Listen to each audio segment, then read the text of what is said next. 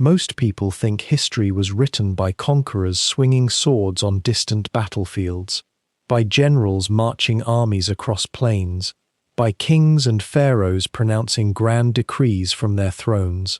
But the truth, if you listen closely to what the ancient world actually left behind, is far quieter and far more intimate than that.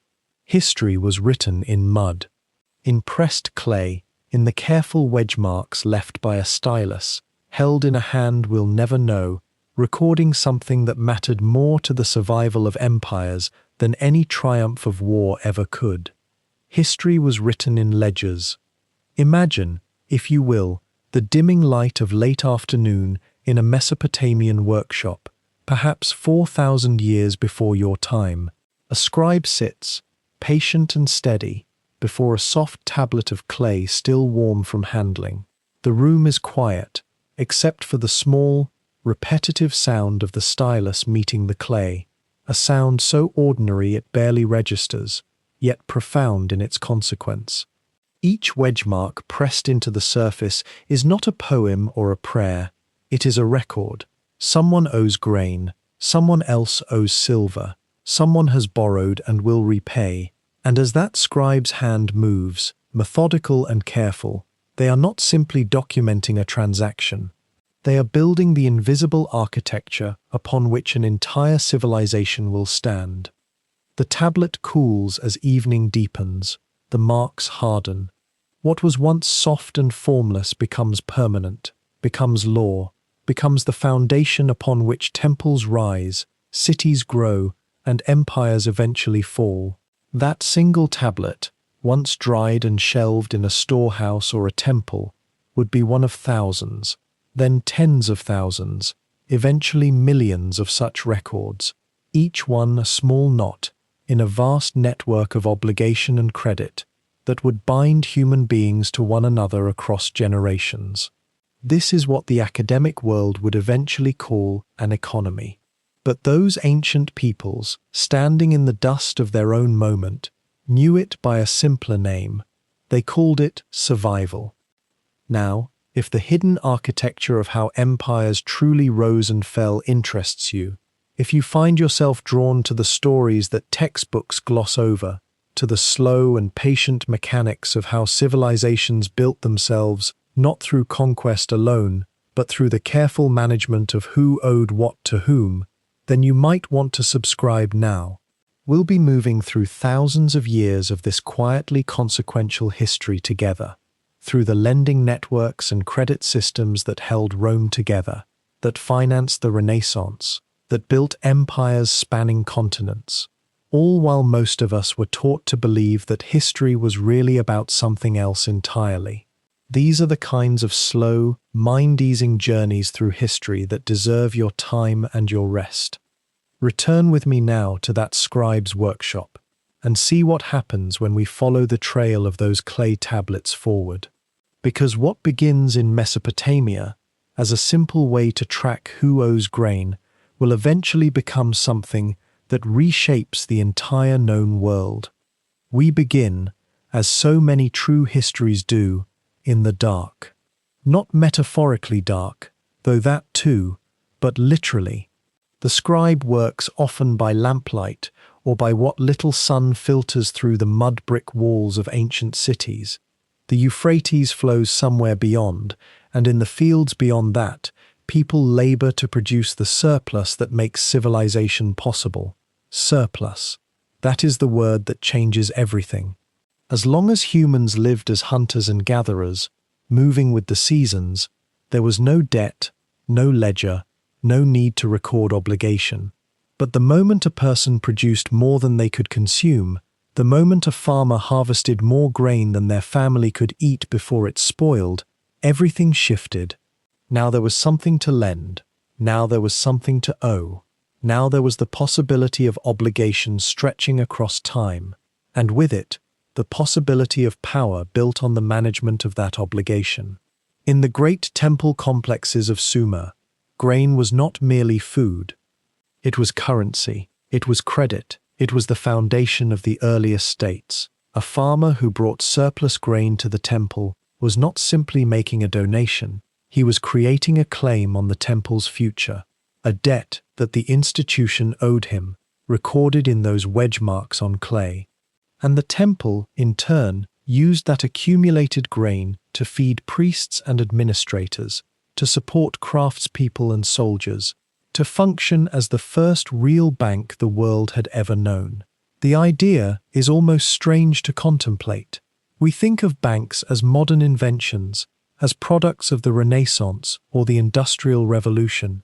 But the truth is that the first bankers were priests, and their first currency was grain, and their first ledgers were clay tablets pressed by the hands of scribes in the fading light of ancient afternoons. What made this system extraordinary was not its simplicity, but its power. A man who borrowed grain from the temple in the spring, with the promise to repay after the harvest, had entered into a relationship that bound him to the community. He had created obligation, and that obligation was the glue that held early society together. Without it, cities might never have formed at all. Without the ability to borrow, to spread risk across time, to trust that others would fulfill their promises, humans would have remained scattered in small villages, each family struggling alone against uncertainty. But with debt, with credit, with the careful recording of who owed what, humans could organize themselves into something larger. They could build temples that required years to complete. They could support specialists who didn't farm, who made tools or weapons or art instead. They could create civilization itself.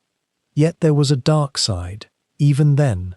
A farmer who could not repay his debt because of drought or blight or simple misfortune might lose his land. His children might become servants or slaves. The very same system that had enabled community to form could also enable debt slavery, a phenomenon that would echo through human history for millennia to come.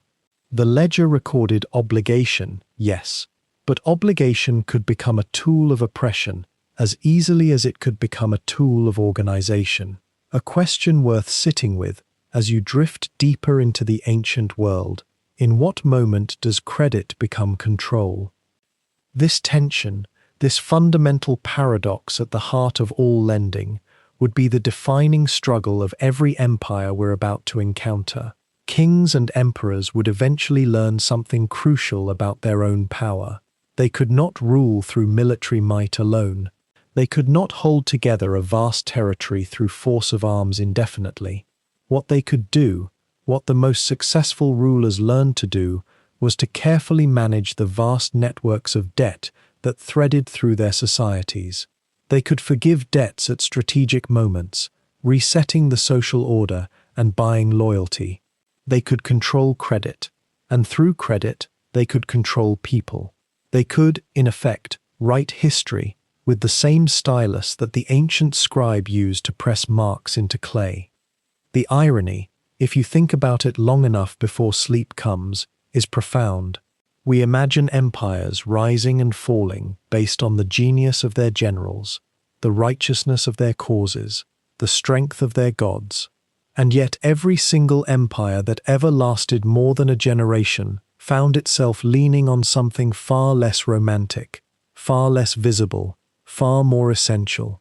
They leaned on ledgers, they leaned on credit, they leaned on the patient work of scribes recording obligation in darkness. They leaned, in the end, on debt. So let us move forward now, deeper into that darkness, and begin to trace the long and intricate path that debt carved through history. Let us see how the temples of Mesopotamia gradually became something more, how the careful recording of obligation eventually created the administrative systems that allowed kingdoms to rise, how a simple idea that someone could owe something to someone else, and that this obligation could be recorded and tracked and enforced, would ultimately shape the destiny of nations. And if this particular thread of history, this invisible lattice of borrowing and lending that held civilizations together, calls to something in you, something that wants to understand how the world really worked behind the marble facades and the triumph narratives, then you might find yourself returning to stories like this one. There are so many quieter histories waiting to be told, so many moments where the real power lay not in a sword or a crown, but in a ledger, in a promise written in clay or parchment or ink, in the simple human agreement that today's abundance could be traded for tomorrow's obligation. If you'd like to walk through more of these hidden rooms of history, to understand the financial architectures that rose and fell alongside the empires themselves, to sit with the slow revelation that every great civilization was, in its own way, a story about credit and consequence, then subscribing would mean these gentle journeys through the deep financial past would find you again, each one designed to ease the mind as it educates it, each one building toward a fuller picture of how debt, more than we often admit, has been the true architect of human civilization. There's a particular kind of peace that comes from understanding that nothing was ever simple, that even the grandest achievements rested on negotiations, on numbers, on the faith that someone would repay. And as we move deeper into these stories, through the temple economies of ancient Mesopotamia, through the grain silos that sustained dynasties, through the banking innovations that financed empires, you'll begin to see the threads connecting them all, a pattern so consistent that it almost whispers a truth about human nature itself. So let those first images of cuneiform marks on cooling clay settle into your mind, and prepare to drift deeper into the archives of how every empire learned to borrow its way toward tomorrow. The temples of ancient Mesopotamia rose not simply as houses of gods, but as the first banks humanity ever built, their brick walls containing something far more precious than gold or incense. They held the surplus. In the shadowed courtyards of Uruk and Lagash, somewhere around the 3rd millennium before our era, priests and administrators began to understand a quiet truth that would ripple across millennia. A civilization organized through debt could grow far larger than one organized through fear alone. The granaries attached to these temples, vast chambers holding barley and wheat, became the engine of early empire, and the clay tablets recording who owed what to whom formed the sinews that held Sumerian cities together. Consider what would happen in a season of poor harvest. A farmer, facing hunger, would approach the temple, the only institution stable enough to trust with his survival. The priests would offer him grain, measured carefully, recorded precisely. But this was never charity. Instead, it was a contract, invisible yet binding, that the farmer would repay with interest when his fields produced again. This practice, so ordinary to us now, was revolutionary then. It meant that surplus could be created not through conquest or coercion, but through a promise kept. The interest itself, perhaps an eighth or a quarter of the original loan, served a subtle purpose. It was not simply profit, though the temples accumulated wealth through these margins. Rather, it was a mathematical expression of patience deferred, of time itself rendered into grain. If you borrowed 10 measures of barley in spring, you owed 11 or 12 in autumn. The difference was not theft, the priests might have said, but the cost of waiting, the price of security. And this system generated something unexpected: urgency. A farmer who owed more than he had possessed, a powerful incentive to work harder, to irrigate more carefully, to bring forth abundance. The debt itself became a tool of organization, quieter than any overseer's whip, more effective than any divine command. As Sumerian cities grew, Uruk swelling to perhaps 40,000 inhabitants by the early Bronze Age, an unimaginable density for the time, the temples could not have managed such populations without this machinery of obligation. The surplus they accumulated through grain loans financed the scribes and craftspeople, the soldiers and priests, the administrators and architects who built civilization. But there was a darker current running beneath these transactions. Over generations, some debts could not be repaid. poor harvests returned, or illness struck, or a man simply could not produce enough. The laws that governed these obligations, at least the fragments we can read now in the oldest surviving legal texts, permitted something called debt bondage. A debtor who could not pay might pledge his son or daughter as security, or offer himself into a form of servitude until the debt was discharged. This was not slavery in the fullest sense. The bondage was supposed to be temporary, tied to the size of the debt and the possibility of redemption. Yet it bound human beings to obligations in the same way that grain was bound to obligation.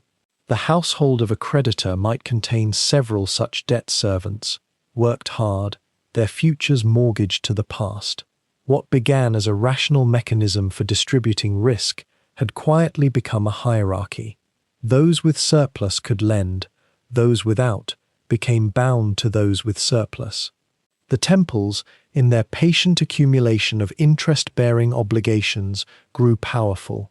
By the time of Babylon, under rulers like Hammurabi around 1750 before the Common Era, debt had woven itself so deeply into the social fabric that it required constant legal intervention to prevent the entire structure from tearing apart.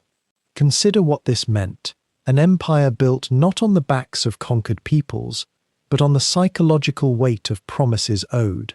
A man could see his debt growing in his mind as surely as grain grew in a field. The certainty of obligation, compounding through seasons and years, created a form of order as complete as any garrison, any fortification. The irony is profound. The first great organizational systems that allowed cities to grow beyond a few thousand inhabitants were not systems of law or military power, though these existed. They were systems of debt. The temples understood that human beings could be organized through their hopes and fears. The hope that a loan could save you, the fear that failure to repay would cost you everything. This is what the ancient Sumerians and Babylonians discovered, and it is also what makes us, their descendants, still move to rhythms they laid down in clay. Their ledgers, pressed into tablets by patient hands, were the first ledgers of empire, and every ledger that came after merely learned to write a variation on their song.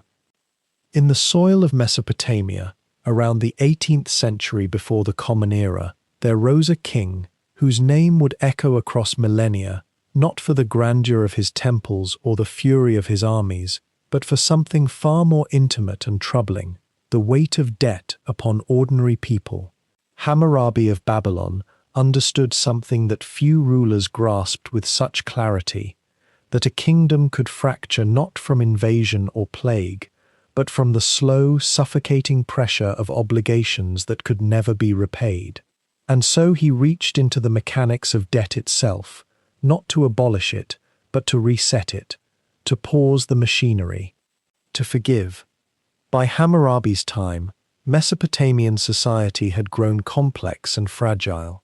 Grain loans from temples had become the sinew binding farmers to the earth, to creditors, to systems of labor that reached deeper than slavery alone. When harvests failed, and they did fail, debts accumulated like water behind an invisible dam. A farmer might pledge not only his next harvest, but his children, his wife, his own person into servitude. The creditor, meanwhile, held the leverage that amounted to control. A society so balanced on the razor's edge of obligation could tip without warning into chaos, resentment, and bloodshed. What would you do, as a king, if you inherited a realm where vast populations labored not for themselves but for debts incurred by their ancestors, where the social fabric was being torn thread by thread by the pressure of compound obligation? Hammurabi's answer lay in his code, that famous stone pillar inscribed with 282 laws. Yet embedded within those laws about hammers and donkeys and errant wives lay something revolutionary: the principle of periodic debt forgiveness. Not mercy alone, but policy. Not charity, but strategy. The mechanism Hammurabi employed carried echoes of something even older, practices that likely stretched back into Sumerian custom. At intervals, the historians debate whether every few years or upon certain significant events, debts would be proclaimed forgiven. Servants who had been pledged into bondage for unpaid obligations were released. Accounts were wiped clean. The slate was returned to the hands of those who had been crushed beneath it, and the kingdom did not collapse. Instead, it breathed again. This was not a one-way generosity flowing from the throne. When Hammurabi proclaimed a release from debts, he was announcing to creditors, wealthy merchants, temples, other royal officials, that their claims would be extinguished. They would lose the future payment streams they believed they owned.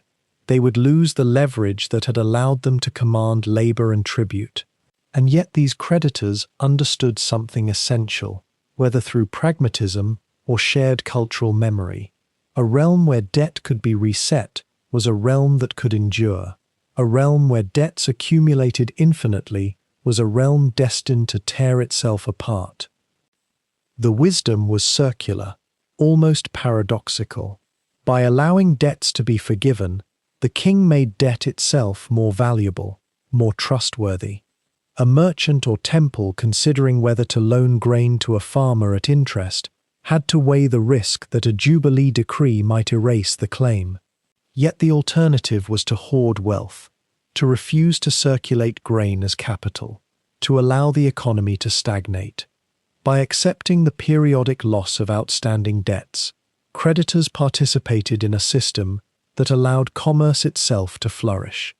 The forgiveness was terrible, yes, but the alternative was worse. Consider the mathematics of debt in an agrarian society without debt forgiveness.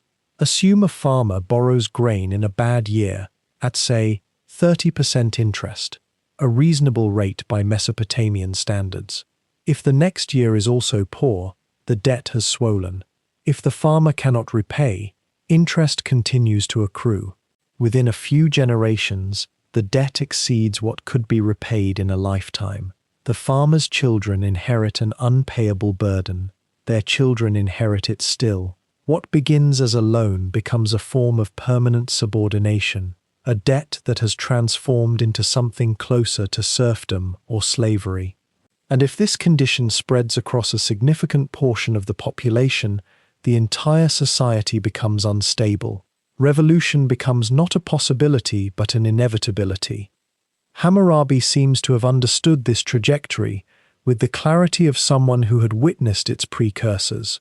His debt forgiveness decrees may have been triggered by specific crises, bad harvests, military campaigns that exhausted the coffers of the state, but they operated at a deeper level as a kind of social thermostat. When pressure built too high, the system released it. When the concentration of debt became too severe, the concentration was reset. The scholars who study these ancient resets, and there is genuine scholarship here, though fragments and interpretation abound, suggest that Hammurabi's approach was not unique, but rather a codification of older Sumerian practice.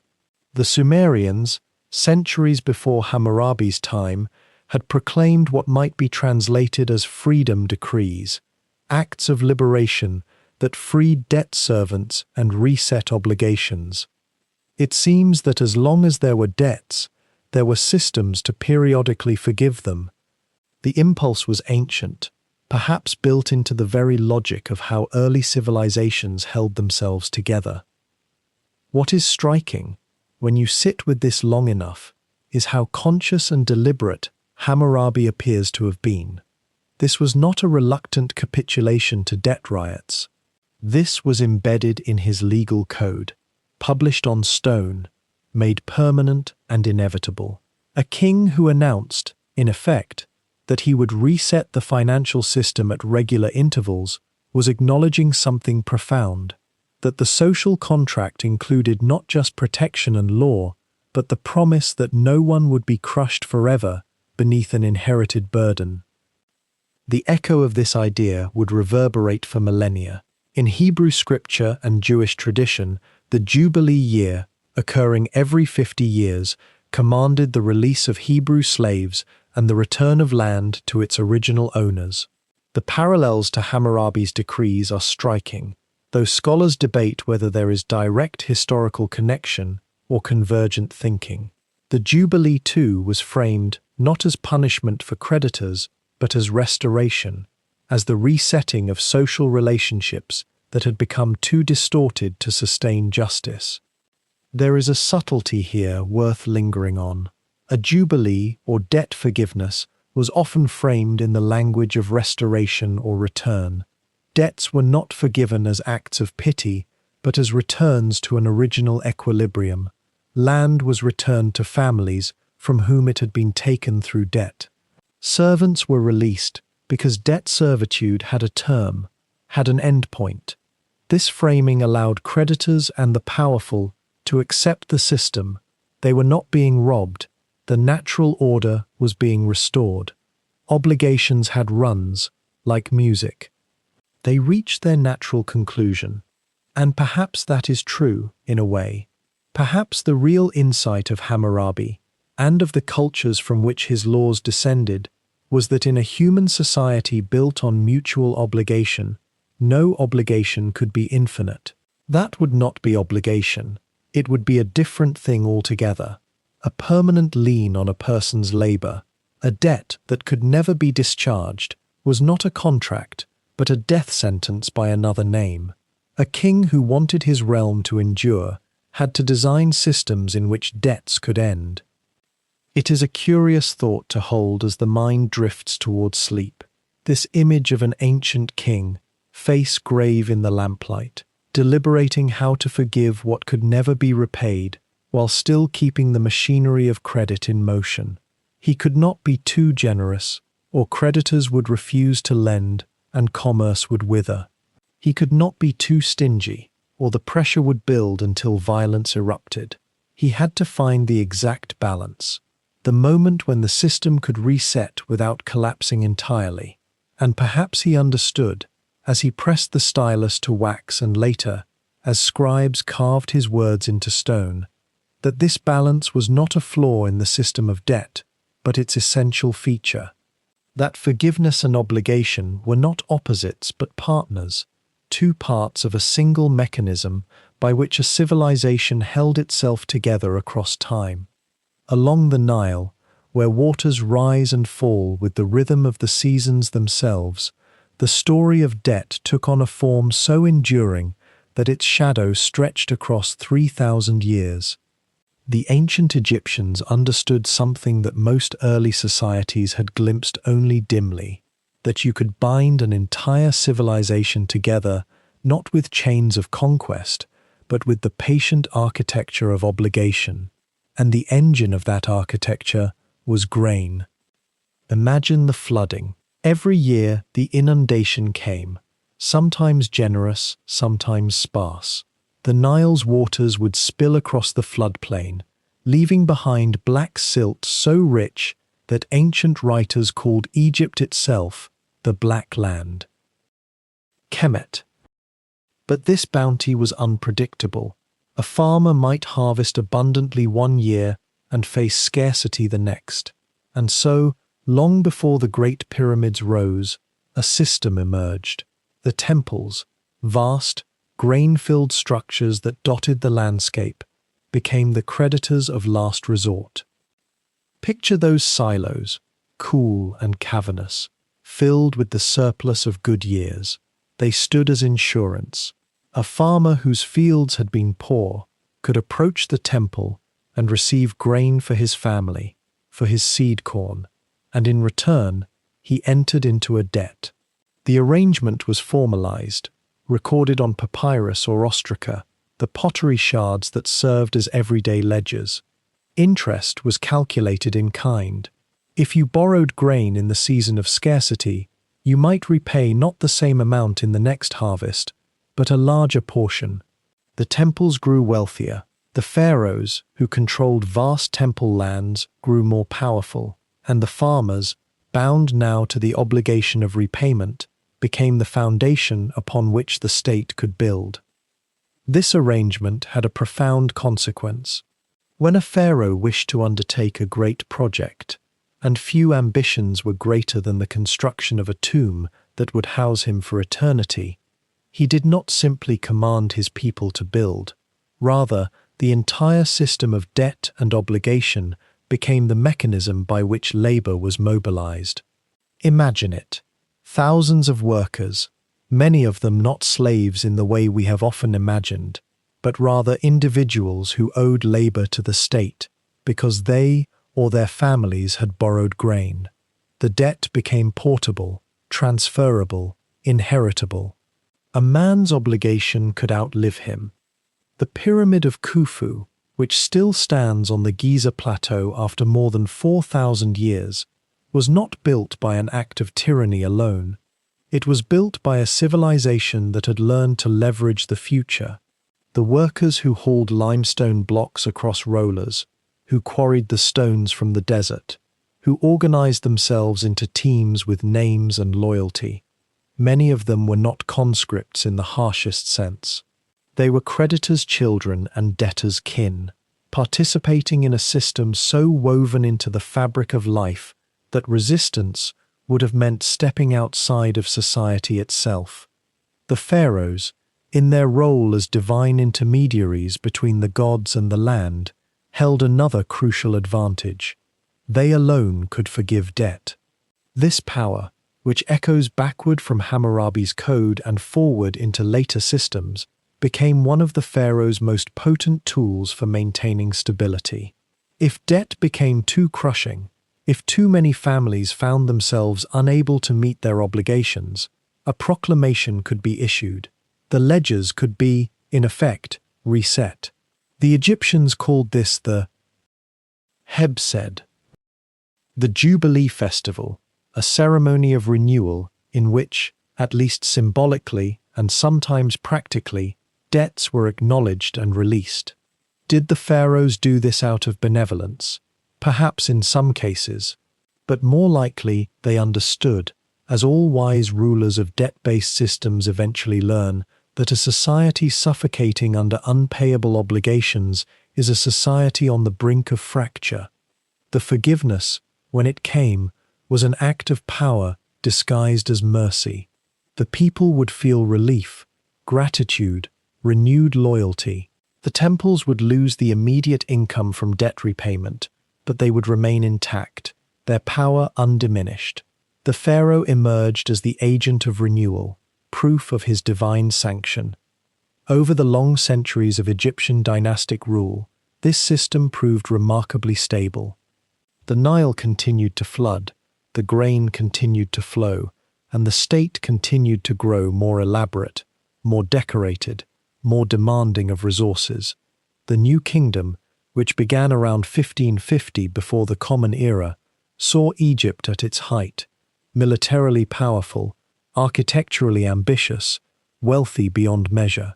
Yet even as the power of the pharaohs seemed absolute, it was underwritten by the same system of grain loans, labor obligations, and carefully managed debt that had held the society together for centuries.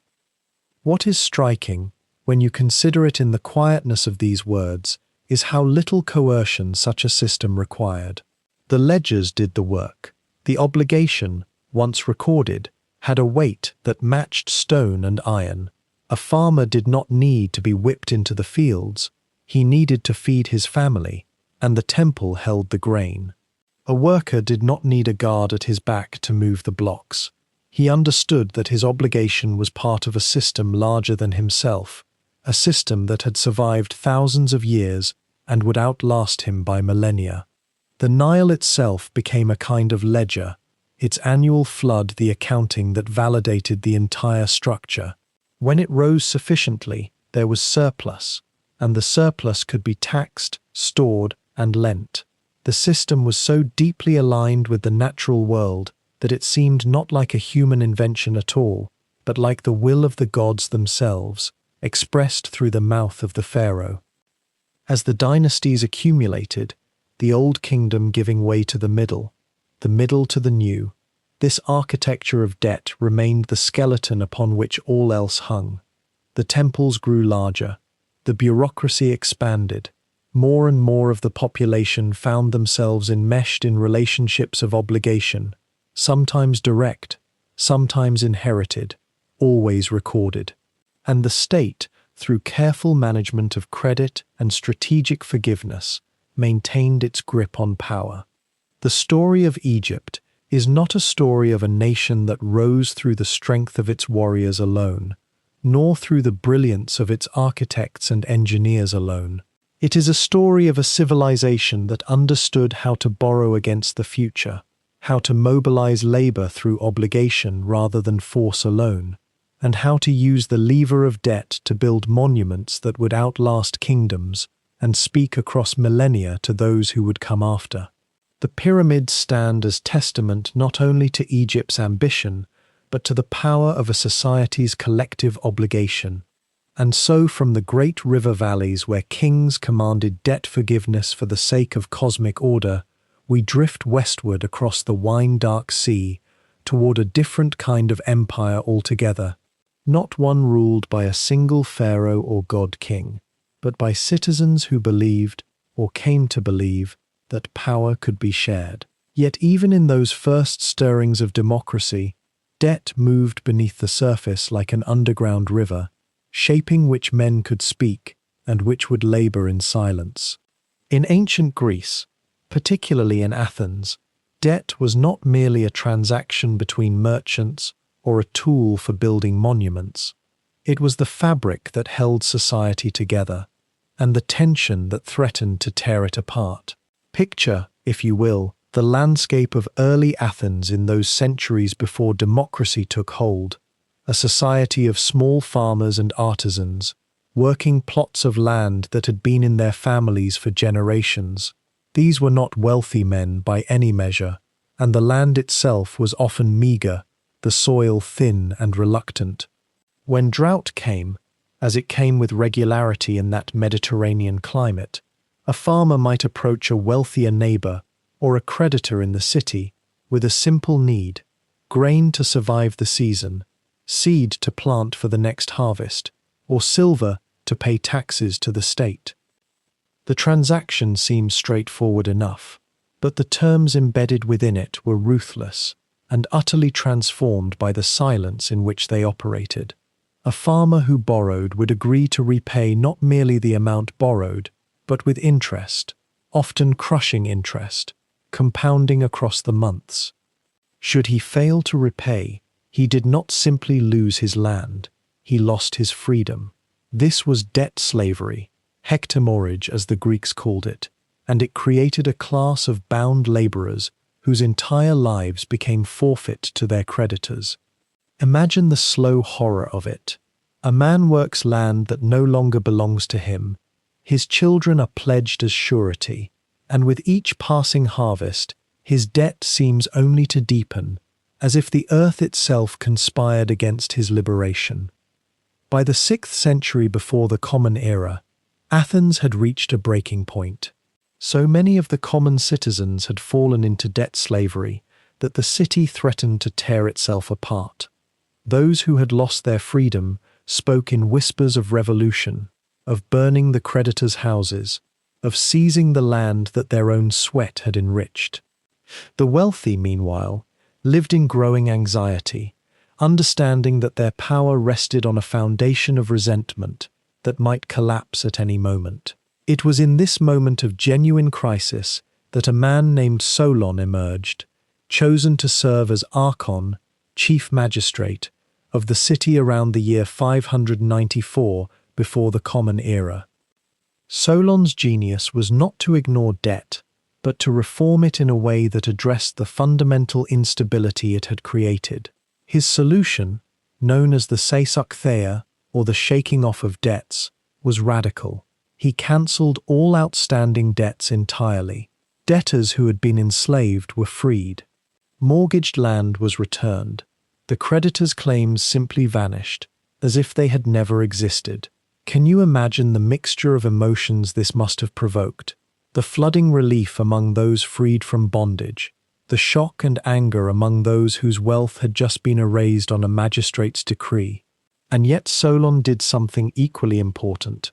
He restructured the very nature of future lending. He forbade the pledging of a person's body as collateral for debt. No longer could a man be enslaved for owing silver. This single reform transformed the nature of obligation from a claim on human liberty to a claim on property and goods alone.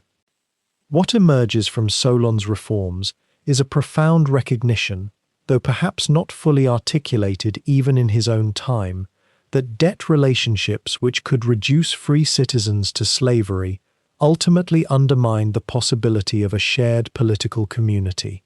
You cannot have democracy when half your citizens are working to repay debts they never chose, in conditions they cannot escape. The very idea of citizen participation in governance requires that citizens have some minimal degree of freedom and dignity. Solon understood this, perhaps intuitively, and his solution was not to ban lending or credit altogether. Such a thing would have been impossible in a trading society, but to draw a boundary between legitimate financial obligation and the extinction of human freedom. With this foundation laid, Athens entered a period of remarkable creative energy. The reforms stabilized the society enough that attention could turn to other matters, to the organization of governance itself, to the development of the polis as a political entity. But debt did not disappear from Athenian life. It transformed instead into new forms, and nowhere was this transformation more visible than in the maritime world. Consider the nature of seafaring commerce in ancient Greece. A merchant wishing to send a cargo of wine or oil to a distant city required a ship, supplies, and payment for the crew. Few merchants possessed enough capital to finance these ventures entirely on their own. Enter the maritime loan, a peculiar and sophisticated form of credit that emerged precisely because the dangers of the sea created unique financial circumstances. A creditor would lend silver to a merchant or sea captain, understanding that if the ship sank, the loan was forfeit, lost to the waters.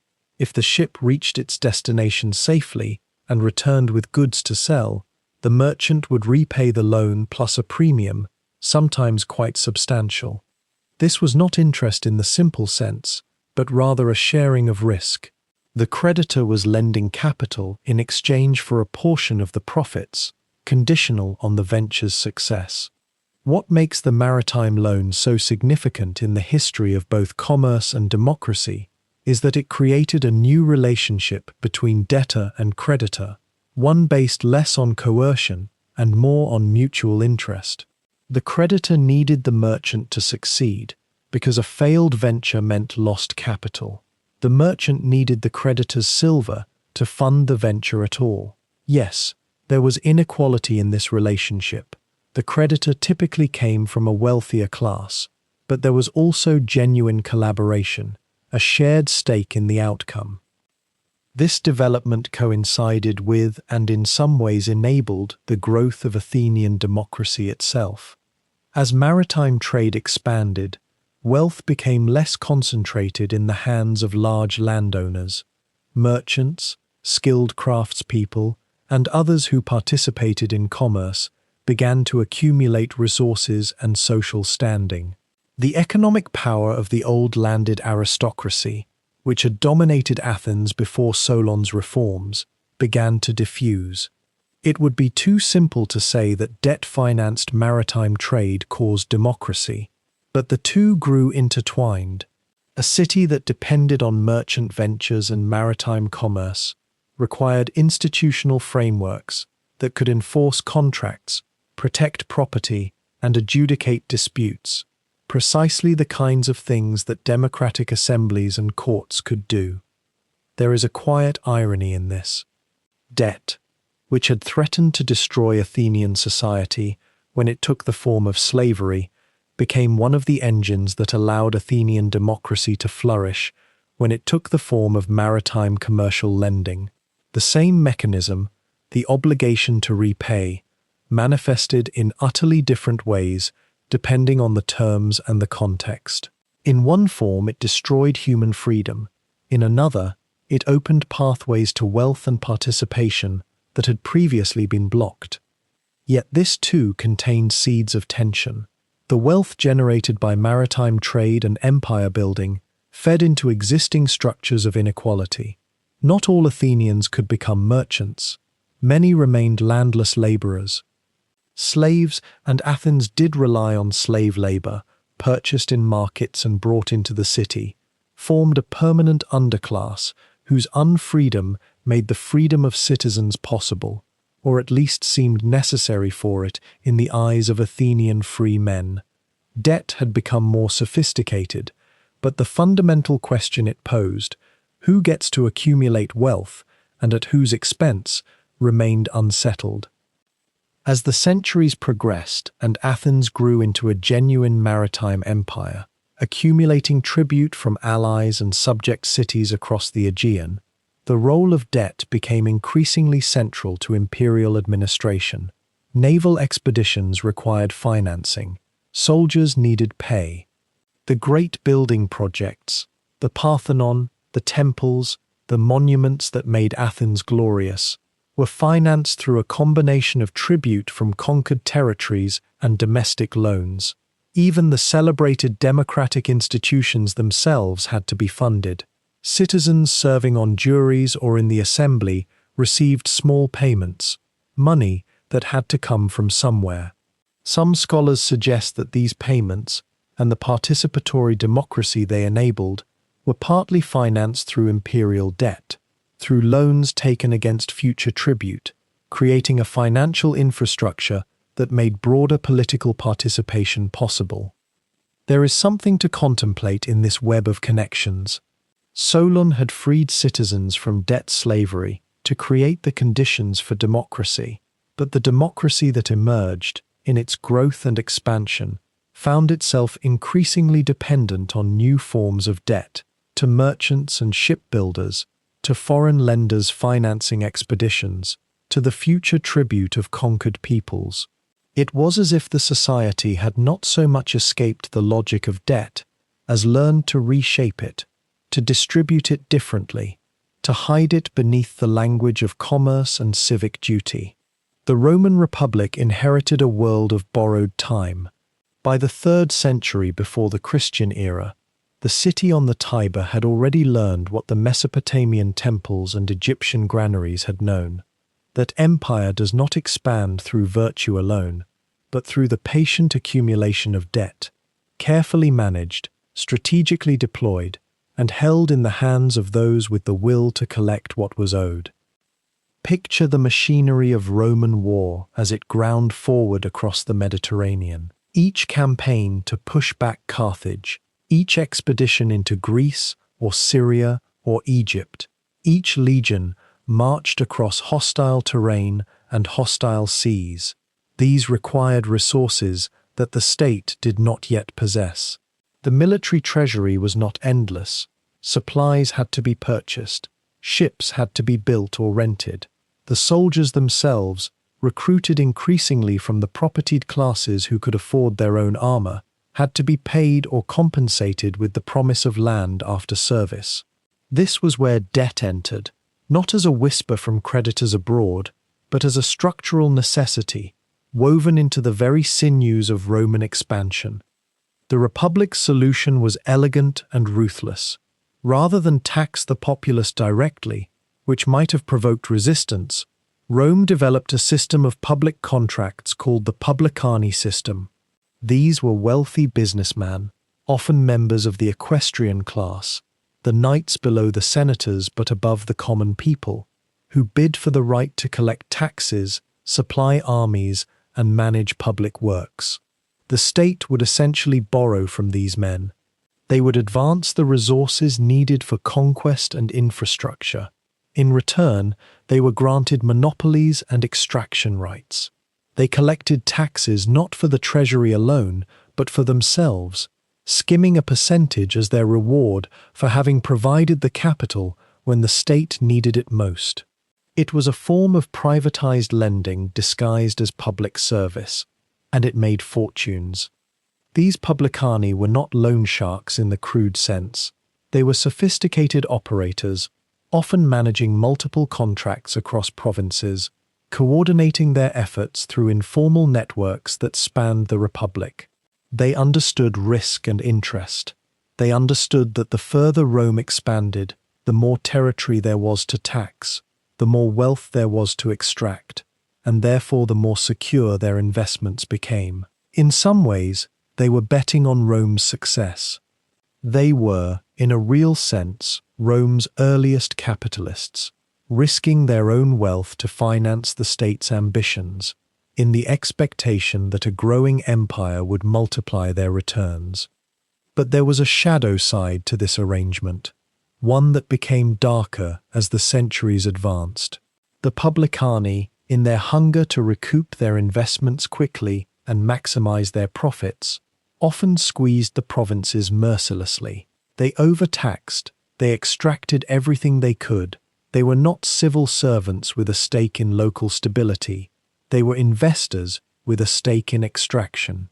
A grain harvest in Syria, a wool shipment from Asia Minor, the labor of enslaved populations in freshly conquered territories, all of it flowed upward into their accounts and back toward Rome and their own estates. But there was another form of debt as well, less visible but perhaps more destabilizing.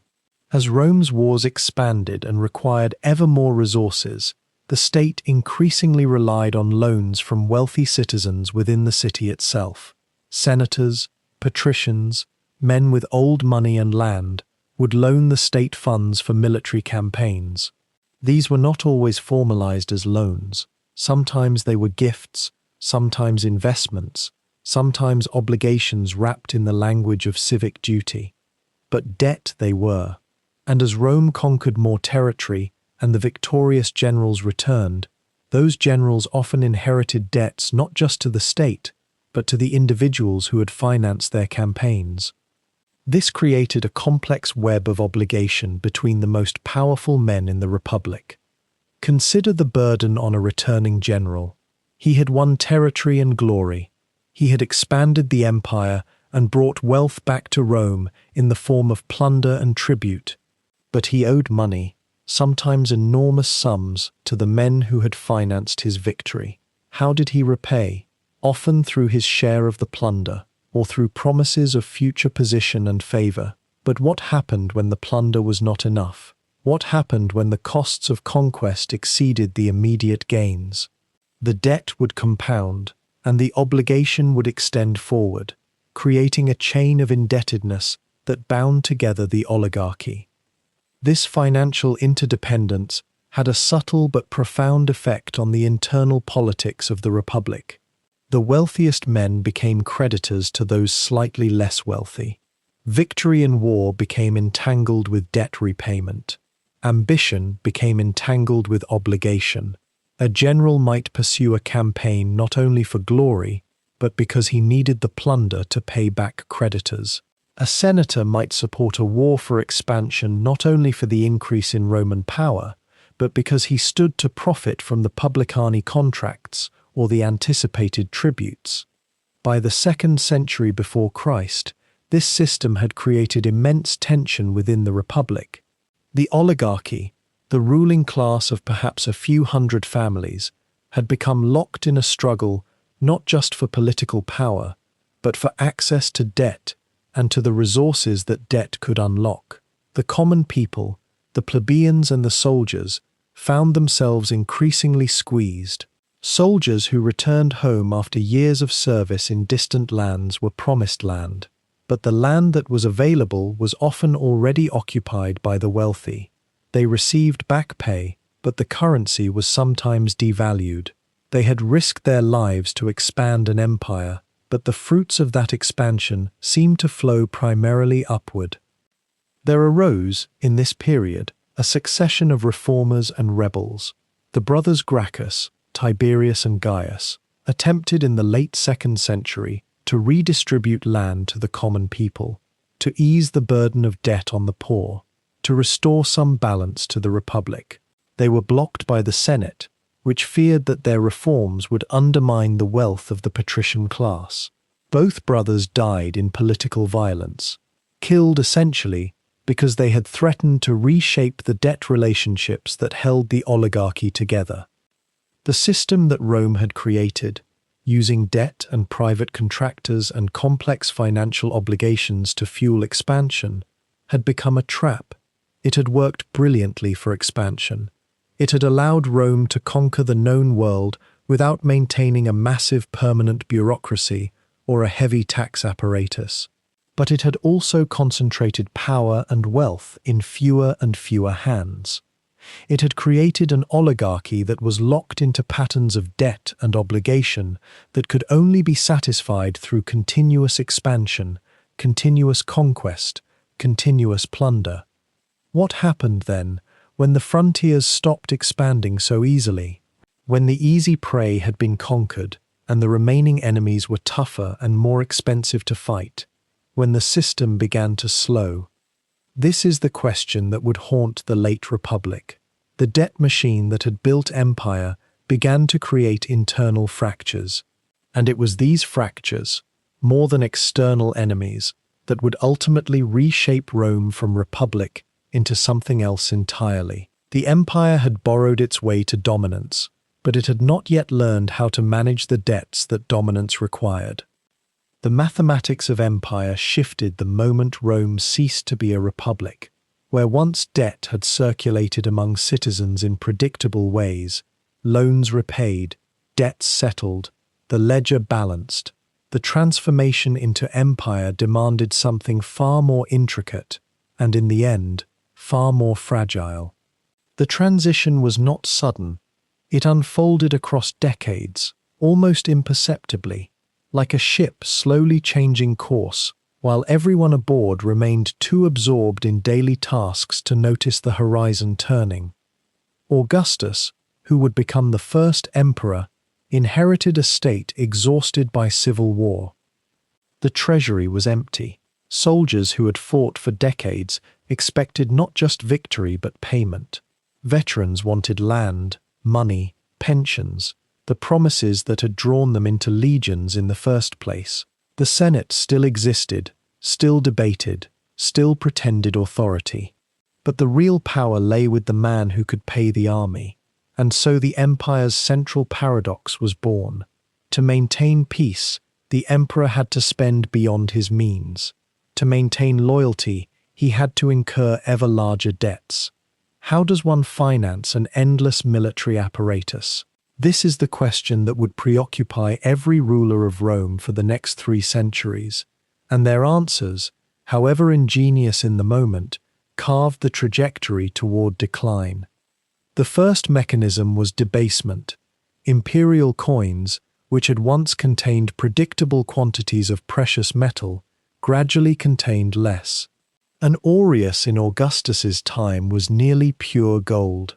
2 centuries later, under emperors fighting on multiple frontiers simultaneously, that same coin was touched with far less noble material. The people didn't notice immediately. Prices crept upward slowly. Merchants adjusted their scales. But the effect was profound. The emperor could stretch the same amount of precious metal further, paying more soldiers with less substance. It was, in essence, a hidden tax on everyone holding coins. Savings dissolved silently. The purchasing power that citizens had accumulated evaporated into inflation. Yet debasement alone could not sustain the empire's vast appetite. There was another solution, more direct but laden with danger: debt. The emperor borrowed. From wealthy senators, from provinces, from merchants. Roman emperors issued bonds, not unlike the earlier debt tablets of Mesopotamia, though far more elaborate. These instruments promised future revenue, future tax collection, future spoils of conquest. Investors, seeing the power of Rome and trusting, or hoping, in the permanence of empire, lent. The state's creditworthiness became sacred. To fail to pay was not merely financial collapse, it was to shatter the fundamental compact between ruler and ruled. The military consumed most of this borrowed wealth. A single legion cost approximately 300,000 denarii annually in wages alone, equivalent to the annual income of perhaps 10,000 skilled workers. Rome maintained between 25 and 30 legions, along with auxiliary forces. The arithmetic was staggering. Add to this the cost of roads, forts, administrative bureaucracy, and the games and bread distributed to keep urban masses content, and you begin to see why the imperial budget never balanced. It could not. The empire was too large, its borders too exposed, its enemies too numerous. So the system worked as follows: borrow to pay the army, raise taxes to service the debt, use the army to enforce collection, and protect trade routes that generated tax revenue, and when that wasn't enough, borrow again. It was a cycle that functioned remarkably well for generations. But cycles, unlike circles, eventually complete themselves. There is something worth noticing about how debt calmed rebellion during this period. When the Praetorian Guard, the emperor's elite bodyguard, grew restless, a donation of money appeased them. When a province threatened to break away, military force paid for by borrowed money reasserted control. When a frontier began to crumble, legions financed through debt were rushed to defend it. The borrowing, in the short term, was brilliant. It delayed the moment of reckoning. It allowed Rome to remain Rome, vast, dominant, seemingly eternal, for longer than should have been mathematically possible. Yet each cycle of borrowing made the next one more expensive. Lenders grew cautious. Interest rates rose. The margin between what the state could collect in taxes and what it owed to creditors narrowed. And crucially, inflation from currency debasement made borrowed money worth less when repaid. Creditors understood this and demanded higher returns to compensate. The empire entered a peculiar squeeze. It couldn't afford not to borrow, but borrowing became increasingly costly. What often goes unexamined in histories of Rome's decline is this financial unraveling. We speak of barbarian invasions, internal political instability, military overextension, moral decay. These are real, but beneath them ran a river of unpayable debt and worthless currency. By the 3rd century, the empire was so consumed by paying its army and servicing its obligations that little remained for maintenance. Roads cracked and were not repaired, walls weakened, supply lines frayed. The very military that the debt was meant to sustain began to suffer from the poverty of the state that employed it. There emerged a strange paradox. The debt that had quieted rebellion and prevented immediate collapse also guaranteed that eventual decline would be sharp and irreversible. A healthier empire, if it had lived within its means, might have contracted more gradually, but Rome had mortgaged centuries of future possibility to purchase present stability. The bill came due in a way that no amount of debasement or additional borrowing could satisfy. Consider the perspective of a provincial tax collector in the 4th century, a man tasked with extracting ever more silver from increasingly impoverished territories. He works for an emperor whose credit with Mesopotamian bankers and Alexandria merchants has grown precarious. The money he collects doesn't go to maintain order or improve prosperity. It flows toward military payroll and debt service. The army, ironically, remains so expensive that the state cannot even maintain its strength adequately. Everyone senses the logic has become circular, exhausting itself. In this moment, one can see how debt transitions from a tool of empire building into something closer to a tether, slowly strangling the body it was meant to support. Rome didn't fall because it was invaded. It fell because it could no longer afford to remain Rome. The armies grew hungry, the borders buckled, and the ledgers, those ancient tablets' distant descendants, recorded an empire going bankrupt while still insisting on the rituals of power. Across the great distances of Asia, While empires rose and fell around the Mediterranean, a different kind of financial architecture was quietly taking shape. In ancient China, the dynasties that would endure for centuries discovered that power did not flow from conquest alone, but from something far more intimate and patient, the careful management of debt in the hands of the state.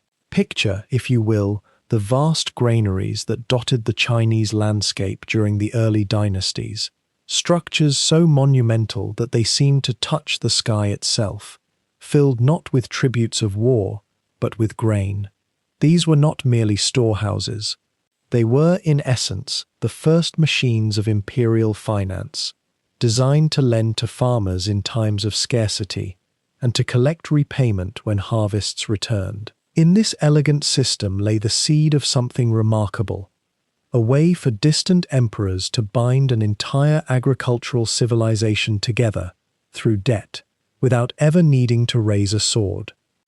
The logic was simple, yet profound. During flood or drought, when a farmer's fields lay barren or drowned, the imperial granary would open its doors. Grain flowed downward like a gift from the heavens themselves. But this gift came with an obligation.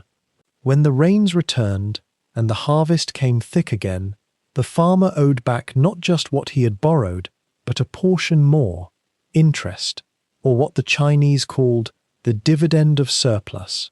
Over generations, this system of granary loans became the sinew that held the Chinese state together.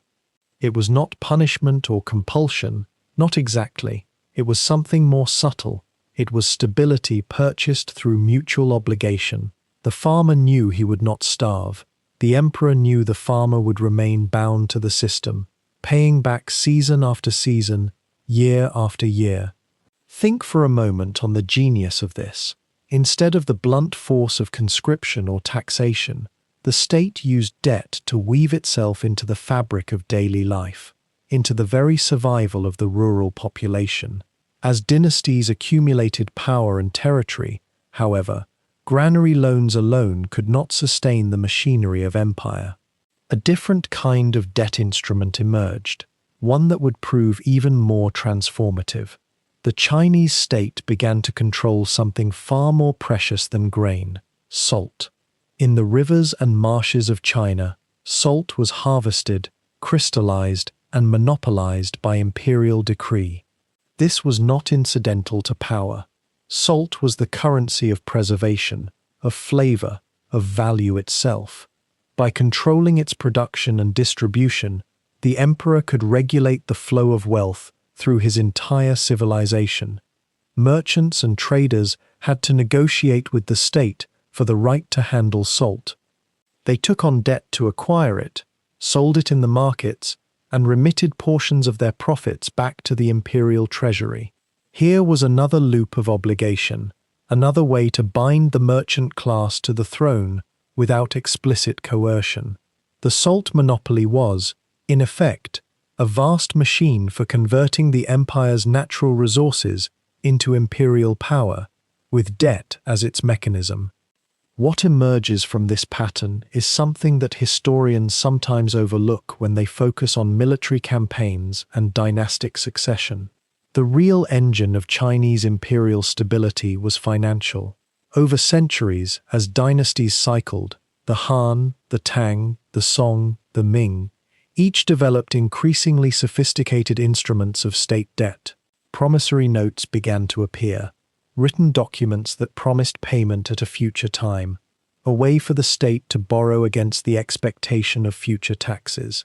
These notes circulated like money itself, and in some periods they became so common that the Chinese essentially invented paper currency centuries before the West would discover it. The brilliance of this was that the emperor could finance massive projects: the building of roads, the construction of walls, the provision of armies, not by extracting all the wealth from his people at once, but by promising to repay over time. The debt became the glue that held the empire together, a shared understanding that everyone, from the highest minister to the humblest farmer, had a stake in the empire's survival. Consider the scale of what this enabled. The Great Wall was not built in a season or even a decade. It stretched across centuries, financed by generations of debt obligations, by granary loans, by salt monopoly revenues, by state promissory notes. The Silk Road, that vast network of trade routes that would eventually link China to Rome and beyond, was funded and maintained partly through imperial borrowing. Armies were paid not always in immediate coin, but in promises of future payment, in land grants, in the right to collect taxes from certain regions. A general who conquered new territory often became indebted to the crown for the cost of his campaign, which meant he remained subordinate not just by force, but by financial obligation. This was the quiet genius of Chinese imperial organization. Debt was not a sign of weakness or crisis, as it might be perceived in the West. It was, rather, the fundamental tool of bureaucratic control. The Song dynasty, in particular, developed a surprisingly modern financial system. It issued government bonds in a sense, instruments that merchants and wealthy families could purchase, understanding they would receive repayment with interest. The state used these proceeds to finance military operations, to maintain its bureaucracy, to support its vast networks of officials and clerks. This is fascinating to consider. More than 1,000 years ago, the Chinese had created something that resembles our modern system of public debt more closely than anything that existed in Europe at the time. They had discovered that if you could convince people that the state's debts were reliable, that repayment was virtually guaranteed, then those debts became a form of wealth in themselves. They could be traded, borrowed against, and used as collateral for further transactions. And yet, like all empires that relied too heavily on debt, the Chinese dynasties faced the same fundamental vulnerability. What happens when the state borrows so much that it cannot repay? What happens when inflation erodes the value of the currency? When paper notes become worth less than the paper they are printed on? The Tang dynasty, in its later centuries, faced exactly this crisis. It had borrowed so extensively, monetized so much debt through currency expansion, that the very fabric of its financial system began to unravel. Inflation spiraled, confidence in the state's paper money evaporated. And though the dynasty did not collapse immediately because of financial crisis alone, the economic instability certainly contributed to the fragmentation and warlordism that followed. The Song dynasty too, despite its sophisticated financial system, eventually succumbed partly to the weight of its own indebtedness, unable to finance the defensive wars against northern invaders without resorting to endless currency expansion. These cycles raise a question worth sitting with as you drift deeper into thought. If every civilization that relies on debt eventually faces the same crisis, is it possible to manage perpetual debt, or is decline inevitable? Perhaps the answer is not so simple. Perhaps what matters is not whether debt exists. It seems to be as natural to empire as breath is to life, but how wisely it is deployed. How carefully the balance is maintained between borrowing and repayment, between the promises made and the ability to fulfill them. The Chinese dynasties understood something that many empires took centuries longer to learn, that debt is not merely a financial instrument, it is a relationship, a contract between ruler and ruled, between lender and borrower, that shapes the entire structure of civilization itself. Every granary loan was, at its heart, a promise. Every salt monopoly was an act of faith. Every state promissory note was a bet that the future would be prosperous enough to repay the debts of the present. As we move forward through the long history of how debt built empires, it becomes clear that the Chinese were not unique in their discovery. Across continents and centuries, civilizations arrived at similar truths. But what made China remarkable was the patience, the sophistication, and the subtlety with which it wielded debt as a tool of statecraft. It did not merely borrow and spend, it created systems, institutions, and instruments that bound entire populations to the empire's fate. In doing so, it sustained dynasties that lasted for extraordinary lengths of time, some far longer than Rome, longer than many Western kingdoms. The lesson encoded in Chinese financial history is this: an empire that understands debt, that deploys it with wisdom and care, can achieve a kind of longevity that mere military force alone can never provide. And perhaps that is why, even now, after all the dynasties have passed into history, the echoes of their financial genius remain visible in how the modern world organizes itself, in how states borrow and lend, in how confidence in a system can be manufactured and sustained through careful management of obligation. And so the empires of the ancient world, bound by debt to their own soil, began to look outward. By the 2nd century before Christ, a silken thread would emerge across the vast deserts and mountains of Asia, and along this thread would flow not merely goods, but something far more delicate and essential to the passage of commerce itself: trust, written on paper, encoded in numbers that merchants understood in 100 different tongues. The Silk Road was never truly one road. It was a network of caravan routes, each segment controlled by different peoples, taxed by different kingdoms, traversed through territories where a single traveler carried not only their own weight, but the weight of entire fortunes. And here, in this landscape of extraordinary distances and extraordinary risk, debt instruments began to evolve in ways that would eventually reshape how humans could do business across the world. Picture a merchant in Chang'an, the great capital of Han Dynasty China. He possesses bolts of silk, precious and lightweight, but to transport them to the Mediterranean would require a caravan of hundreds, months of travel through hostile terrain, the constant threat of bandits, sandstorms, the unpredictable actions of local rulers. The cost of such an expedition was immense, and few individual merchants possessed the capital to undertake it alone. What emerged instead was a practice of partnerships, of shared risk, where multiple merchants would pool resources and agree upon how profits would be divided upon the caravan's return. These were not formal contracts as we might recognize them today, but they were contracts nonetheless, written agreements that outlined investment, obligation, and distribution of return. But even partnerships required something else. Credit extended not between partners, but from one merchant to another, across the stages of the journey itself. Consider the way station economy that grew up along these routes. At major stopping points, Kashgar, Samarkand, Baghdad, merchant communities established themselves. A trader arriving with goods to sell, but lacking the capital to purchase provisions for the next leg of the journey, would approach a local merchant, a man of established wealth and reputation, and propose an arrangement.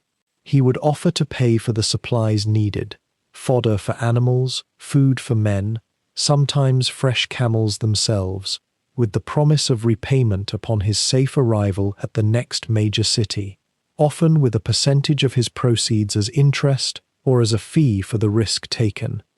These informal arrangements slowly became formalized into something resembling what we might call promissory notes, though the terminology varied by culture and language. A merchant might receive a written document, authenticated by local authorities or by community leaders, that guaranteed payment at a specified location or by a specified date. The document itself became valuable because it could sometimes be traded or transferred. If a merchant received a promissory note guaranteeing payment in Samarkand from another merchant known to be reliable, he might be able to trade that note to a third merchant who would redeem it themselves or trade it further along the chain. In this way, credit and promise itself became a form of currency, a medium of exchange distinct from gold, silver, or barter. The innovation was extraordinary, yet it emerged quietly, almost invisibly, from the practical necessities of merchants trying to extend their reach beyond what any individual's capital would allow. What compelled these systems to work was reputation. A merchant's name, his record of honoring his agreements, his standing in his community of peers, these became as valuable as any physical asset. A man known to repay his debts could secure credit simply by his word and a signature.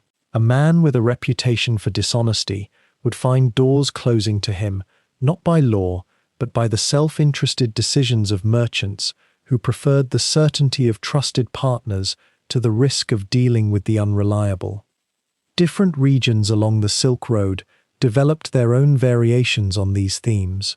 In the Islamic territories that came to dominate much of the route by the 8th and 9th centuries, a form of partnership known as mudaraba emerged, where one party would provide capital and another would provide labor and expertise, with profits shared according to pre-arranged formulas. This system, embedded in Islamic commercial law and justified through careful interpretation of religious principles regarding the prohibition of usury, allowed for sophisticated financing of long-distance trade without the borrower owing a fixed amount of interest. Instead, the investor and trader shared in the actual profits or losses of the venture, a form of equity partnership that was innovative and would eventually influence European banking practices centuries later. And what of the goods themselves?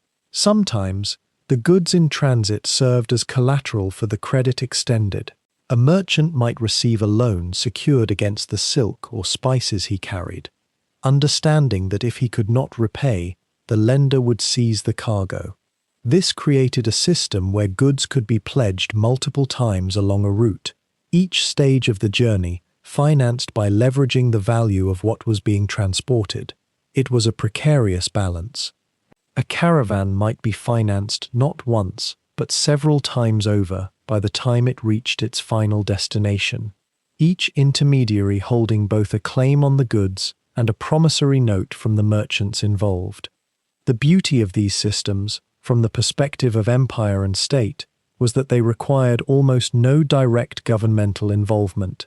The rulers who controlled various segments of the Silk Road, the Han emperors, the Persian Shahs, later the Islamic caliphs, understood that their wealth came ultimately from the taxes they could collect on trade, but the actual machinery of trade finance was created by merchants themselves, refined through trial and error, codified through custom and reputation, rather than through imperial decree.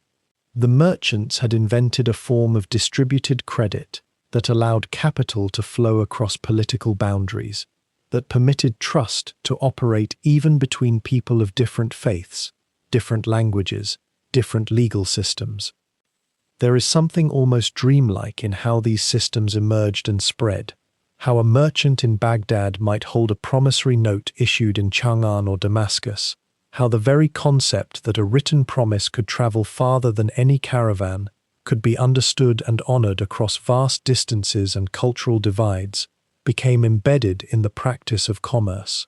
The Silk Road was sustained not by the military power of any single empire, not by the dominion of any ruler, but by this delicate web of promises, endorsed by nothing more than the mutual self-interest and reputation of thousands of merchants spread across continents.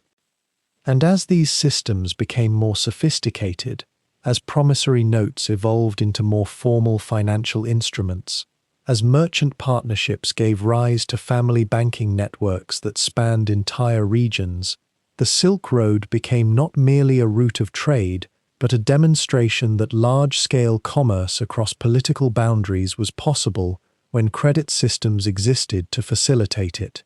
The silks and spices that moved along these routes were valuable, yes, but they were perhaps less valuable than the financial innovations they inspired, the slow understanding that emerged through centuries of practice that trust, when properly documented and when reputation carried consequences, could become a form of capital every bit as real and exchangeable as gold itself. As the centuries turned, a new configuration of belief and commerce emerged from the Arabian Peninsula, and with it came a fundamentally different approach to the question that had haunted every empire before. How do you finance expansion without violating your most sacred principles? The early Islamic caliphates faced a puzzle that many Christian kingdoms would never quite solve with the same philosophical rigor. Their foundational religious texts carried explicit warnings against riba, a term often translated as usury, but understood more broadly as unjust gain, the charging of interest on debt, the multiplication of wealth through mere time and obligation, rather than through labor or genuine commerce. And yet, empires cannot expand on piety alone. They require capital, infrastructure, armies, administrative apparatus. The question becomes, how? What emerged in the centuries following the Prophet Muhammad's death was not a rejection of finance, but rather an elegant reframing of it. Instead of charging interest on a loan, merchants and rulers developed what we might describe as proto-sukuk arrangements, participatory partnerships in which a lender became not merely a creditor, but a stakeholder in a venture. If a merchant needed capital to outfit a caravan across hostile deserts toward the silks and spices of the East, he did not borrow money and promise to repay it with interest. Rather, he entered into a mudaraba, a profit-sharing agreement in which an investor provided the funds, the merchant provided the expertise and labor, and whatever profit emerged was divided according to predetermined terms. The investor bore risk alongside the borrower. Should the caravan be lost to bandits or storm, both parties absorbed the loss. Should goods arrive and sell abundantly, both parties shared in the blessing. This transformed the nature of empire building itself. Consider what this meant in practice. The Abbasid Caliphate, which rose to extraordinary prominence in the 8th century, did not need to maintain the same oppressive debt-slavery apparatus that had troubled Rome and Greece. Creditors had incentive to ensure their debtors' success because their own returns depended on it. The entire ecosystem of commerce became aligned differently, less extractive, more mutually invested, at least in theory. Merchants, governors, and the caliphate itself could finance expansion through these participatory instruments, spreading capital across the known trading world without violating the letter or spirit of the prohibition against usury. It was, in many ways, a more sophisticated financial architecture than anything the Mediterranean had yet developed.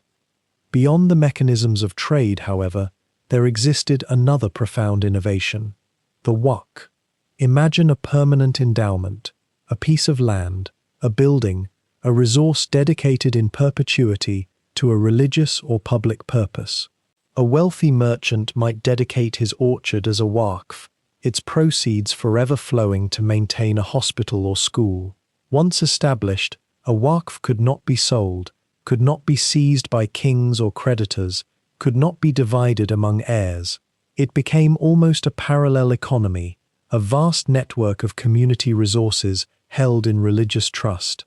Over centuries, waqfs came to hold an immense portion of the caliphate's productive wealth, perhaps as much as a third of all land in some regions. And here is where the financial sophistication deepens.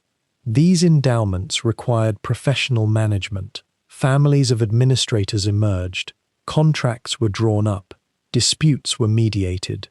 The waqf system financed an enormous bureaucracy, supported scholars and judges, maintained the infrastructure of Islamic cities and scholarship.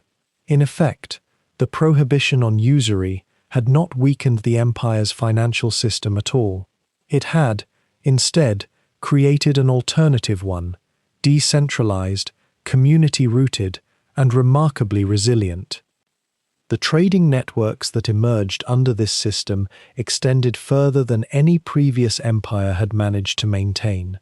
From the Atlantic coasts of North Africa across to the Indian subcontinent and onward toward the early kingdoms of Southeast Asia, Islamic merchants moved goods, yes, but also credit, ideas, and obligation. They carried letters of credit, remarkably similar to what we would recognize today as checks, that allowed a merchant in Cairo to draw funds in Baghdad without physically transporting gold across deserts. These instruments, made possible by a trust network rooted in religious law and shared commercial practice, allowed capital to move with unprecedented speed and efficiency. The empire did not need to physically move its wealth. It could move through ledgers, through trust, through the understanding that in Damascus and in Cordoba, in Samarkand and in Zanzibar, merchants would honor the same principles and recognize the same debts. What is notable, and perhaps what we might pause to reflect upon, is that these mechanisms did not emerge from pure economic innovation. They emerged from theological necessity.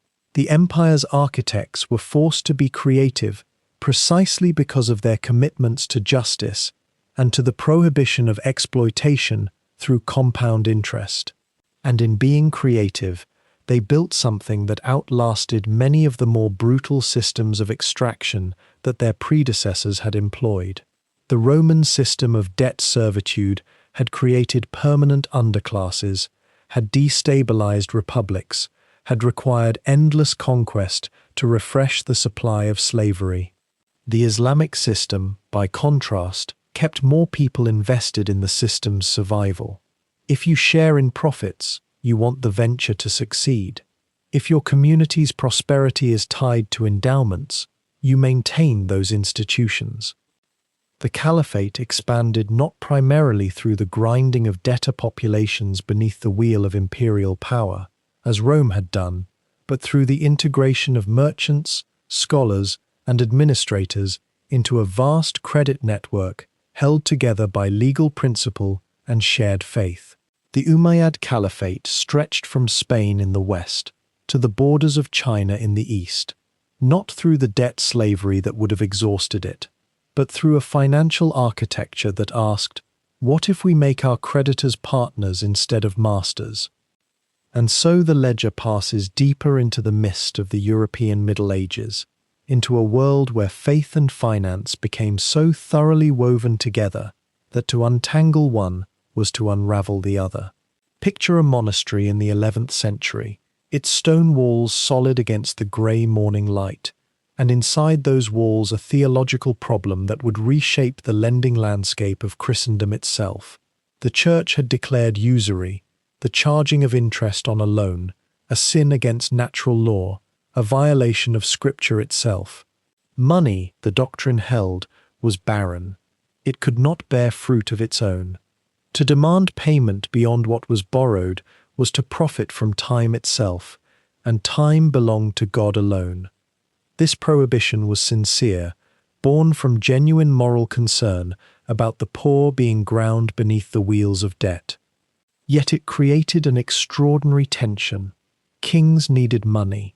Crusades needed financing. Cathedrals rose from the earth demanding resources that kingdoms alone could not muster.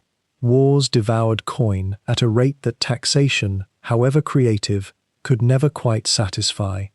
And so, within the very structure of Christendom's law, a space opened, a gap between what was forbidden and what was necessary. Into that gap stepped those whom Christian doctrine had already marked as outside its moral community. Jewish communities throughout medieval Europe became, by default and often by formal decree, the primary moneylenders of the age. They were forbidden from owning land in many regions, barred from most Christian guilds and professions, and yet paradoxically permitted, sometimes required, to engage in lending at interest, since the prohibition against usury applied only to Christians lending to Christians. It was a bitterly ironic arrangement. Jewish moneylenders accumulated necessary wealth and often considerable influence, and yet remained perpetually vulnerable. Their existence tolerated only so long as they were useful, their assets forever subject to confiscation by desperate rulers. Consider the mechanics of this medieval credit economy. A king would turn to a Jewish moneylender, or more often to a network of them spread across Christendom, to finance a military campaign, or to cover a sudden expense. The loan would be recorded in careful detail. Interest accrued, perhaps 20 or 30% annually in times of great demand, less when capital was abundant. The borrower would pledge lands, tax revenues, or future spoils as security. If the venture succeeded, if the crusade yielded treasure, or the war brought profitable conquest, the loan could be repaid with something approaching ease. If it failed, the moneylender faced either a loss or the prospect of seizing the pledged collateral, which often meant becoming landlord of territories that Christian law suggested they had no right to hold. Yet there exists a curious parallel worth noticing here, one that historians have long observed. While the Church forbade Christians from lending at interest, it did not forbid borrowing. Kings and nobles and bishops would speak openly of their debts to Jewish creditors, sometimes with embarrassment, sometimes with resentment that would curdle into violence. But the psychological and economic reality was this: medieval Christendom ran on credit, extended by those it had marginalized. There is something almost dreamlike in that paradox, something that speaks to deeper patterns in how human societies organize themselves. Now, as the 12th and 13th centuries unfolded, a shift began to manifest. The prohibition on usury, so absolute in doctrine, had never been quite absolute in practice. The Church itself developed subtle instruments to circumvent its own laws. A loan could be structured as a partnership, where the lender shared in the profits of a venture rather than simply charging interest. And somehow this felt different, felt more morally sound, even if the mathematics of the borrower's burden remained much the same. A loan could incorporate insurance against default, which wasn't quite interest, though it functioned identically. These were not so much violations of church law as they were creative interpretations of it, the kind of interpretation that allows an institution to preserve its moral authority while adapting to economic necessity. But the truly transformative moment came with the rise of Italian banking families, particularly in the trading republics of Venice, Genoa, and Florence. These were merchant cities, cosmopolitan in temperament, less subject to the direct authority of feudal lords, and their bankers began to operate across the Mediterranean and into northern Europe with a sophistication that medieval Christendom had rarely witnessed. By the 13th century, Florentine and Venetian banking houses were extending credit not just to local merchants but to kings and popes themselves. They would move money across vast distances through letters of credit, a remarkable technology that meant a crusader could deposit funds in one city and withdraw them in another, thousands of miles distant. Think of the elegance of such a system. A Florentine banker would accept a deposit in Florence, perhaps from a wealthy landowner or a church institution. He would then issue a letter of credit to a crusader departing for the Holy Land. Upon arrival in Acre or another Levantine port, the crusader could present this letter to a branch or correspondent of the same banking house and receive local currency. The banker, meanwhile, had moved capital eastward without the enormous expense and danger of transporting physical gold and silver. He profited through exchange rates and fees. The crusader had his spending money. The network of correspondence across the known world had expanded the reach of Christian finance in ways that the old moneylender operating from a single town could never have achieved. What was happening, very slowly and beneath the surface of crusading fervor and feudal politics, was nothing less than the emergence of international banking. The old system of Jewish moneylenders, operating within the constraints of Christian doctrine, was being gradually superseded by something more complex, more interconnected, and perhaps paradoxically, both more Christian in appearance and more ruthlessly secular in operation. The Italian bankers conducted their business with the blessing of the Church, because they represented a forward momentum, because they financed crusades and papal ambitions, and the machinery of Christendom's expansion. The Crusades themselves, those grand religious enterprises that defined the medieval imagination, were financed in large part through these networks. A king launching a crusade would need extraordinary resources. He might borrow from the church, pledging future revenues. He might approach Italian merchants who controlled the galleys that would carry his armies eastward, and those merchants would extend credit against the promise of profits from conquest. He might turn to the established Jewish moneylenders, despite the ideological discomfort. The result was a patchwork of obligations, a complex web of debts and counter-debts that bound together the various actors in these enormous military and spiritual enterprises. Here one might pause and wonder, did the Crusaders fully understand that they were financed by the very systems the Church had declared sinful? That their holy wars were made possible through elaborate circumventions of Christian doctrine? The question invites no simple answer, for medieval consciousness operated on multiple registers simultaneously, holding contradictions in suspension, the way water holds salt.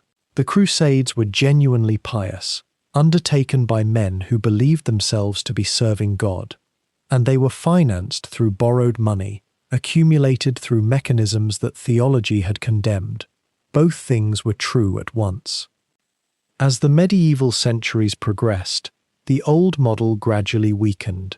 Jewish communities, perpetually at risk and repeatedly expelled or subjected to pogroms, found themselves less stable as reliable partners in long-term financial arrangements.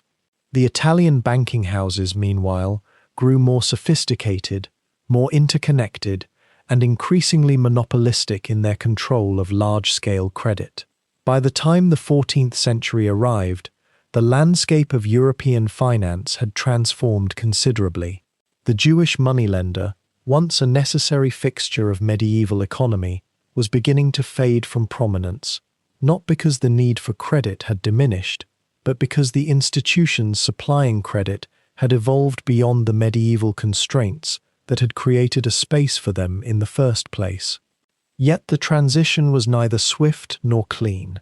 For centuries more, Jewish communities would continue to serve as lenders and creditors in various European contexts, even as their legal status remained precarious and their role in the larger financial ecosystem diminished.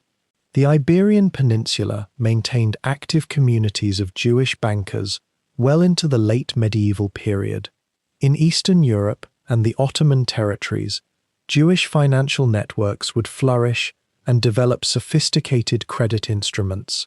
But in Western Europe, particularly in the emerging national monarchies, the trend moved steadily toward a financial system dominated by Christian banking houses, increasingly organized into family firms and later into institutions, with the characteristics of what might eventually become banks in the modern sense. What one observes in this era, then, is nothing so simple as the triumph of Christianity over the sinfulness of usury.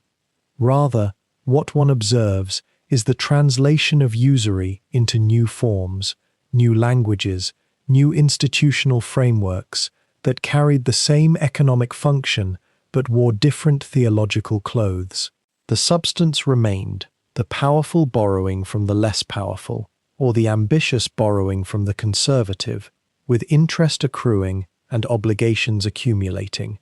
The form changed, from the Jewish moneylender operating within the constraints of Christian law to the Italian merchant banker operating within the expanding space of international commerce, to eventually the modern financial institution whose operations are so thoroughly normalized and abstracted that the question of whether interest-bearing debt is sinful barely registers as coherent. The medieval period thus emerges as a crucial hinge in the history of European finance, a moment when the infrastructure of Christian doctrine began to bend and fold around the requirements of an expanding, ambitious civilization. The men and women who lived through this transformation, the Crusaders, the kings, the bankers, the Jewish creditors, the church officials juggling theology with necessity, were not conscious of participating in a fundamental restructuring of how power and capital would be organized. They navigated the constraints and opportunities of their own moment. Yet in doing so, they laid pathways that would channel the flow of money and obligation for centuries to come. As the medieval world began its slow dissolution into something new, a peculiar thought took root in the minds of certain merchants clustered along the Adriatic coast and in the limestone streets of Florence. They wondered if the very language of money, the way one records a debt, a payment, a promise, could itself become a tool of power, not through conquest or the divine right of kings, but through the quiet architecture of numbers on a page. Picture Venice in the 14th century. The city had grown wealthy from trade, from the movement of spices and silks along routes that connected east to west. But wealth alone was not enough. The Venetian Republic needed to wage wars, to maintain fleets, to keep competitors at bay, and so the state borrowed, not in the haphazard way of medieval lords, but systematically, issuing bonds to its own citizens, creating what we might recognize today as the first public debt market.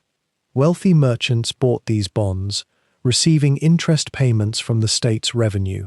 It was elegant, it was new, and it bound the merchant class to the survival of the Republic itself.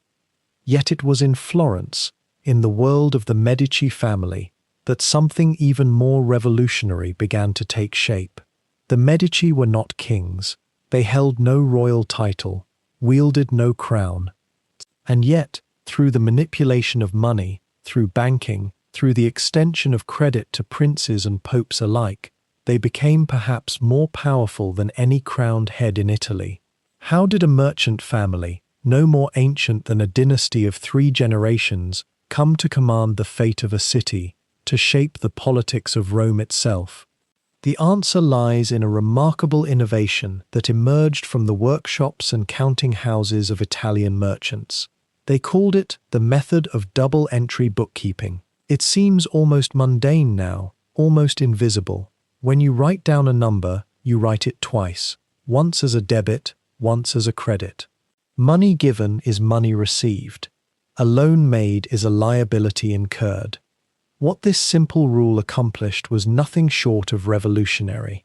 For the first time in history, a merchant could see his entire enterprise at once. Profit and loss became visible. Fraud became detectable. The books themselves became proof of truth. Imagine the power this granted. Before double-entry bookkeeping, loans were often chaotic affairs, recorded imprecisely, easily disputed. A merchant might lend money and forget how much, or remember differently than the borrower.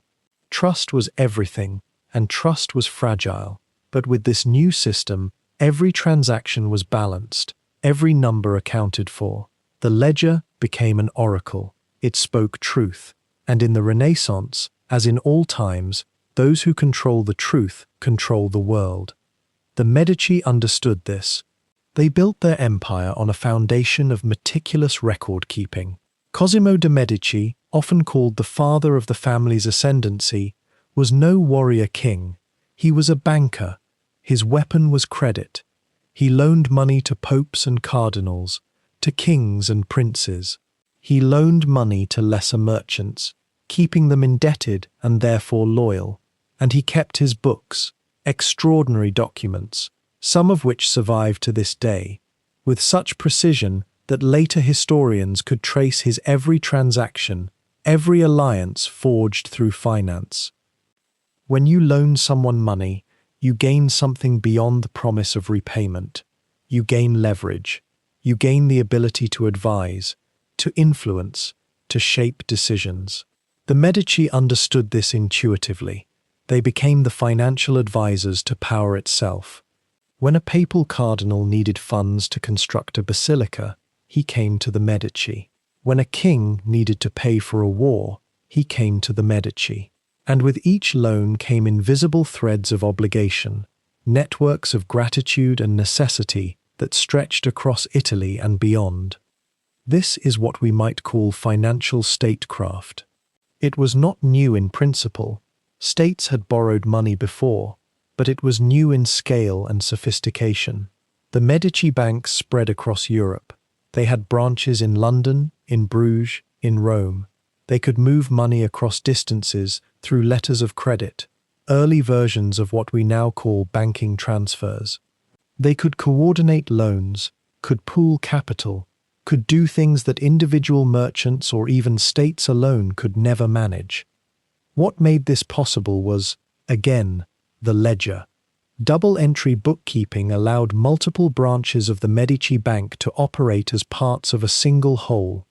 Information could flow. Discrepancies could be identified and corrected. Trust, which had always been the currency of merchants, could now be backed by the certainty of numbers. And numbers, as it happened, were far more persuasive than any appeal to honor or tradition. Consider the Pope, the head of the Christian Church, claiming direct succession from Saint Peter himself, was in many ways the most powerful figure in Christendom. And yet, the Medici banks held the papal finances. They managed the vast flow of money that came from the Church's lands, from indulgences, from the donations of the faithful. The popes needed the Medici, and when you are needed by the Pope, you have influence that no title can grant you. By the middle of the 15th century, the Medici were, for all practical purposes, the rulers of Florence. The city maintained the forms of a republic, with various councils and assemblies, but everyone understood where real power lay. Cosimo died in 1464, and the people called him Pater Patriae, the father of the fatherland, a merchant, a banker, called the father of his country. His grandson, Lorenzo, known as Lorenzo the Magnificent, inherited not just wealth, but an understanding of how to wield it. He was more than a banker. He was a patron of artists, a collector of manuscripts, a political player in the increasingly complex world of Italian states. But his power still ultimately rested on the family's financial dominance. When rival cities challenged Florence, the Medici could outbid them for alliances, could afford mercenary armies, could weather economic disruptions that would have ruined lesser states. What was happening in Florence and Venice, and to a lesser extent in other Italian city-states, was the emergence of financial power as a distinct form of authority. It was not replacing military power or dynastic legitimacy, but it was becoming equal to them, sometimes surpassing them. A clever banker with accurate books could rival a duke with an army. And this innovation, this way of recording, managing, and extending credit, did not remain confined to Italy. It spread. The Dutch would later perfect it. The English would learn from both. Banks would become the sinews that held nations together, and the ledger would become the true seat of authority, more important than any throne room or palace. The Medici and Venetian innovations in banking, in bookkeeping, in the extension of sovereign credit, were not merely financial developments. They were political revolutions in disguise. They showed that power could flow not from divine right or military conquest, but from the ability to manage information, to build trust through transparency, to extend credit strategically across networks. And once that knowledge entered the world, it could never be unlearned. Empires would henceforth be built not just with swords and crowns, but with ledgers and loans. The ledgers would often prove the sharper weapon. Picture yourself standing on the docks of Seville in the early 16th century, where the smell of rope and salt water mingles with something far less tangible but infinitely more powerful, the hum of ambition backed by borrowed gold. The Spanish crown had caught a vision that would reshape the world, yet that vision could not be purchased with piety alone. It required credit. It required the steady, methodical belief of distant bankers that the promise of wealth from unknown lands was worth the risk of their present fortunes. When Columbus sailed westward in 1492, he carried not merely the hopes of Spain, but the debts of Spain. The monarchs Ferdinand and Isabella had exhausted their own treasuries in the Reconquista, that long, centuries-long push to reclaim the peninsula from Islamic rule. By the time the New World beckoned, Spanish coffers were hollow. The crown turned instead to the banking families who had already proven themselves indispensable to European power. The Fuggers of Augsburg, those German merchants whose networks stretched across every kingdom, and the Genoese banking houses whose families had been moving capital across continents long before Columbus was born. These bankers did not require faith. They required collateral, and what could Spain offer that seemed as boundless as the ocean itself? Silver. The Spanish crown promised its creditors a share of whatever riches they could extract from this new world, and in particular, they promised silver, that gleaming metal which had always been the truest language of value, the medium through which all other dreams could be measured and exchanged. What neither the crown nor its bankers could have fully imagined, though some surely suspected, was the sheer abundance waiting in the mountains of Mexico and Peru. When Spanish conquistadors toppled the Aztec and Inca empires, they discovered not merely wealth, they discovered geological transformation. The silver deposits at Potosi in the Andes represented a concentration of precious metal so vast that it would reshape global economics for the next 2 centuries.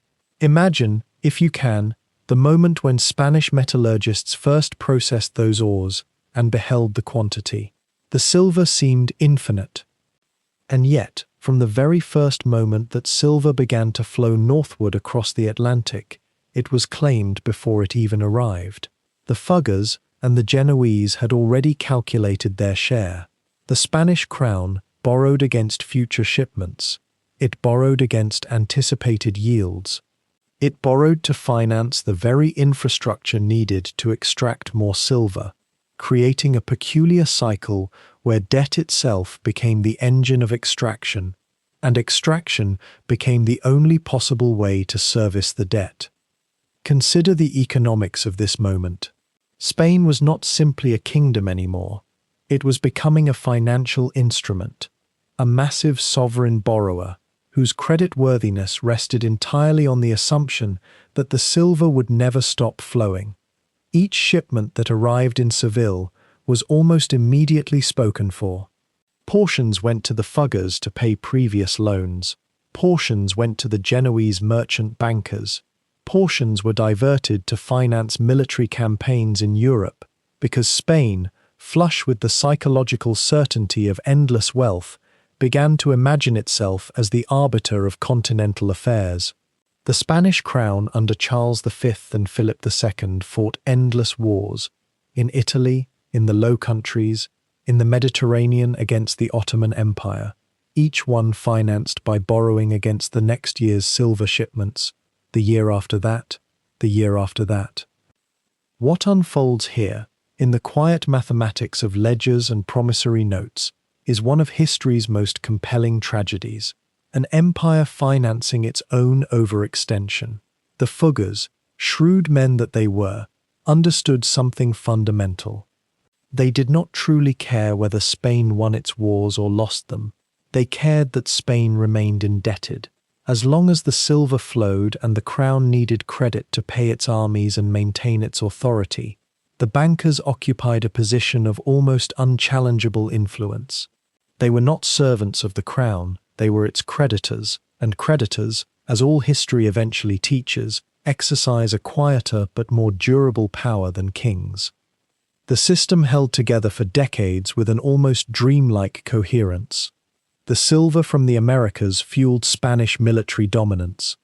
Spanish military dominance secured Spanish colonial holdings, which yielded more silver. The Fuggers and the Genoese prospered immensely, but silver, for all its psychological power, has a peculiar property that emerges only when its supply becomes truly abundant. It loses value. As more and more silver reached Europe, prices began to rise.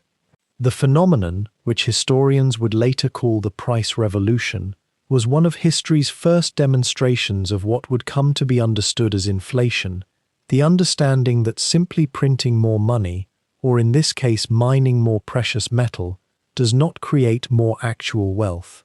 It redistributes it. The Spanish crown found itself in a bewildering position. It possessed more silver than any kingdom in history, yet that silver purchased less and less with each passing decade. Soldiers demanded higher wages to maintain their standard of living. The costs of warfare, particularly the endless campaigns in the Low Countries, climbed relentlessly. The debts to the Fuggers and Genoese remained fixed in gold and silver terms, so inflation actually made them harder to repay, not easier. What had seemed like inexhaustible wealth began to feel strangely insufficient. By the early 17th century, Spain's financial position had become precarious, in ways that contradicted its apparent power. The crown was issuing more debt instruments, more promises to pay, more assurances backed by silver that no longer seemed to stretch as far as it once had. The Fugger family, sensing the shift, began to withdraw from their Spanish commitments. They diversified their holdings. They lent to other powers. The relationship between debtor and creditor was subtly but irreversibly changing. What is perhaps most poignant to observe in this long arc from 1492 to the empire's decline is how thoroughly the mechanism of debt had interwoven itself with the mechanism of empire.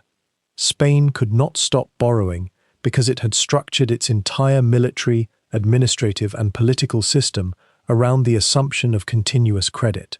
The bankers could not stop lending because they had already committed so much of their own capital to the enterprise. Each was locked into the other, and as the mathematics shifted beneath them, both discovered something troubling. There was no exit that did not involve some form of collapse. The Spanish Empire would persist for centuries more, would maintain vast territories and considerable power, but the golden moment, that stretch when borrowed silver had seemed to confirm the kingdom's destiny, had already passed. What remained was an extended, melancholy process of managing decline while maintaining the appearance of grandeur. The ledgers grew more complex, the promissory notes multiplied, and the bankers, those quiet architects of everything, simply turned their attention toward the next rising power, the next debtor kingdom that imagined its wealth was infinite. In the Low Countries of northern Europe, where water and sky seemed to merge into one grey expanse, something extraordinary was beginning to take shape. It was the 17th century, and the Dutch had inherited something from their Spanish overlords far more valuable than territory. They had inherited the roots of global trade. But roots alone mean nothing without capital, without the courage to borrow, to risk, to dream beyond what any single merchant could achieve. Picture, if you will, a bustling harbour in Amsterdam. The wooden hulls of merchant vessels creak against their moorings, laden with spices from the East Indies, silks from the Orient, sugar from distant plantations. The wealth flowing through these docks was staggering, but it existed in fragments, scattered among 1,000 individual traders, each one hesitant to venture too far alone. And so the Dutch faced a question that had haunted merchants for centuries. How could small fortunes be gathered into great ones? The answer emerged not from a palace or a battlefield, but from a coffee house and a ledger. In 1602, the Dutch East India Company, the VOC, was chartered. On the surface, it appeared to be merely a trading venture, but what made it revolutionary was the manner in which it was financed. Rather than relying on a single patron or monarch, the VOC invited ordinary citizens, wealthy burghers, widows with modest savings, even humble clerks, to purchase shares of ownership. Each share represented a fractional claim on the company's voyages, its profits, its risks. This was not new in concept, but never before had it been systematized, formalized, and offered so widely. Within months, something unprecedented occurred. There emerged a place where these shares could be bought and sold, where men gathered to trade not in goods, but in the certificates representing claims to future wealth. The Amsterdam Stock Exchange, established in 1613, became the world's first permanent, regulated marketplace for securities. Picture the traders clustered in the Beurs courtyard, their hands gesturing rapidly, voices calling out prices, creating through their collective uncertainty a strange kind of order, a price for a share, a market value for the future itself. But here is where the mechanism deepened. The VOC was not merely profitable, it was capitalized through debt.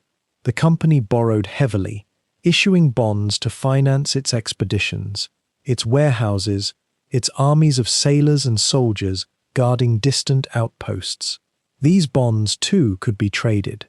This created an extraordinary feedback loop. The ability to borrow enabled voyages. Successful voyages generated returns. Returns attracted more investors. More investors allowed more borrowing. More borrowing meant more ships, more trade, more dominance across the Indian Ocean. The Dutch government understood this architecture intimately. In 1609, the Bank of Amsterdam was founded, not as a repository of gold, though it held that too, but as a credit engine. Merchants could deposit their wealth, receive certificates of deposit, and the bank itself could lend against those deposits, creating liquidity from trust. The bank did not hoard, it circulated. It did not restrict, it multiplied.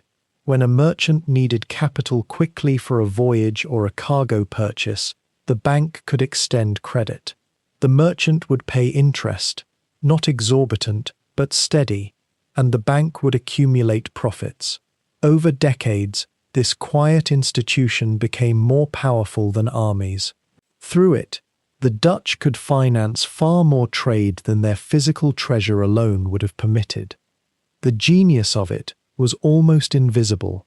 National debt, you see, had existed before. Kings had borrowed, merchants had borrowed, but never before had a state-backed institution married the two together so seamlessly.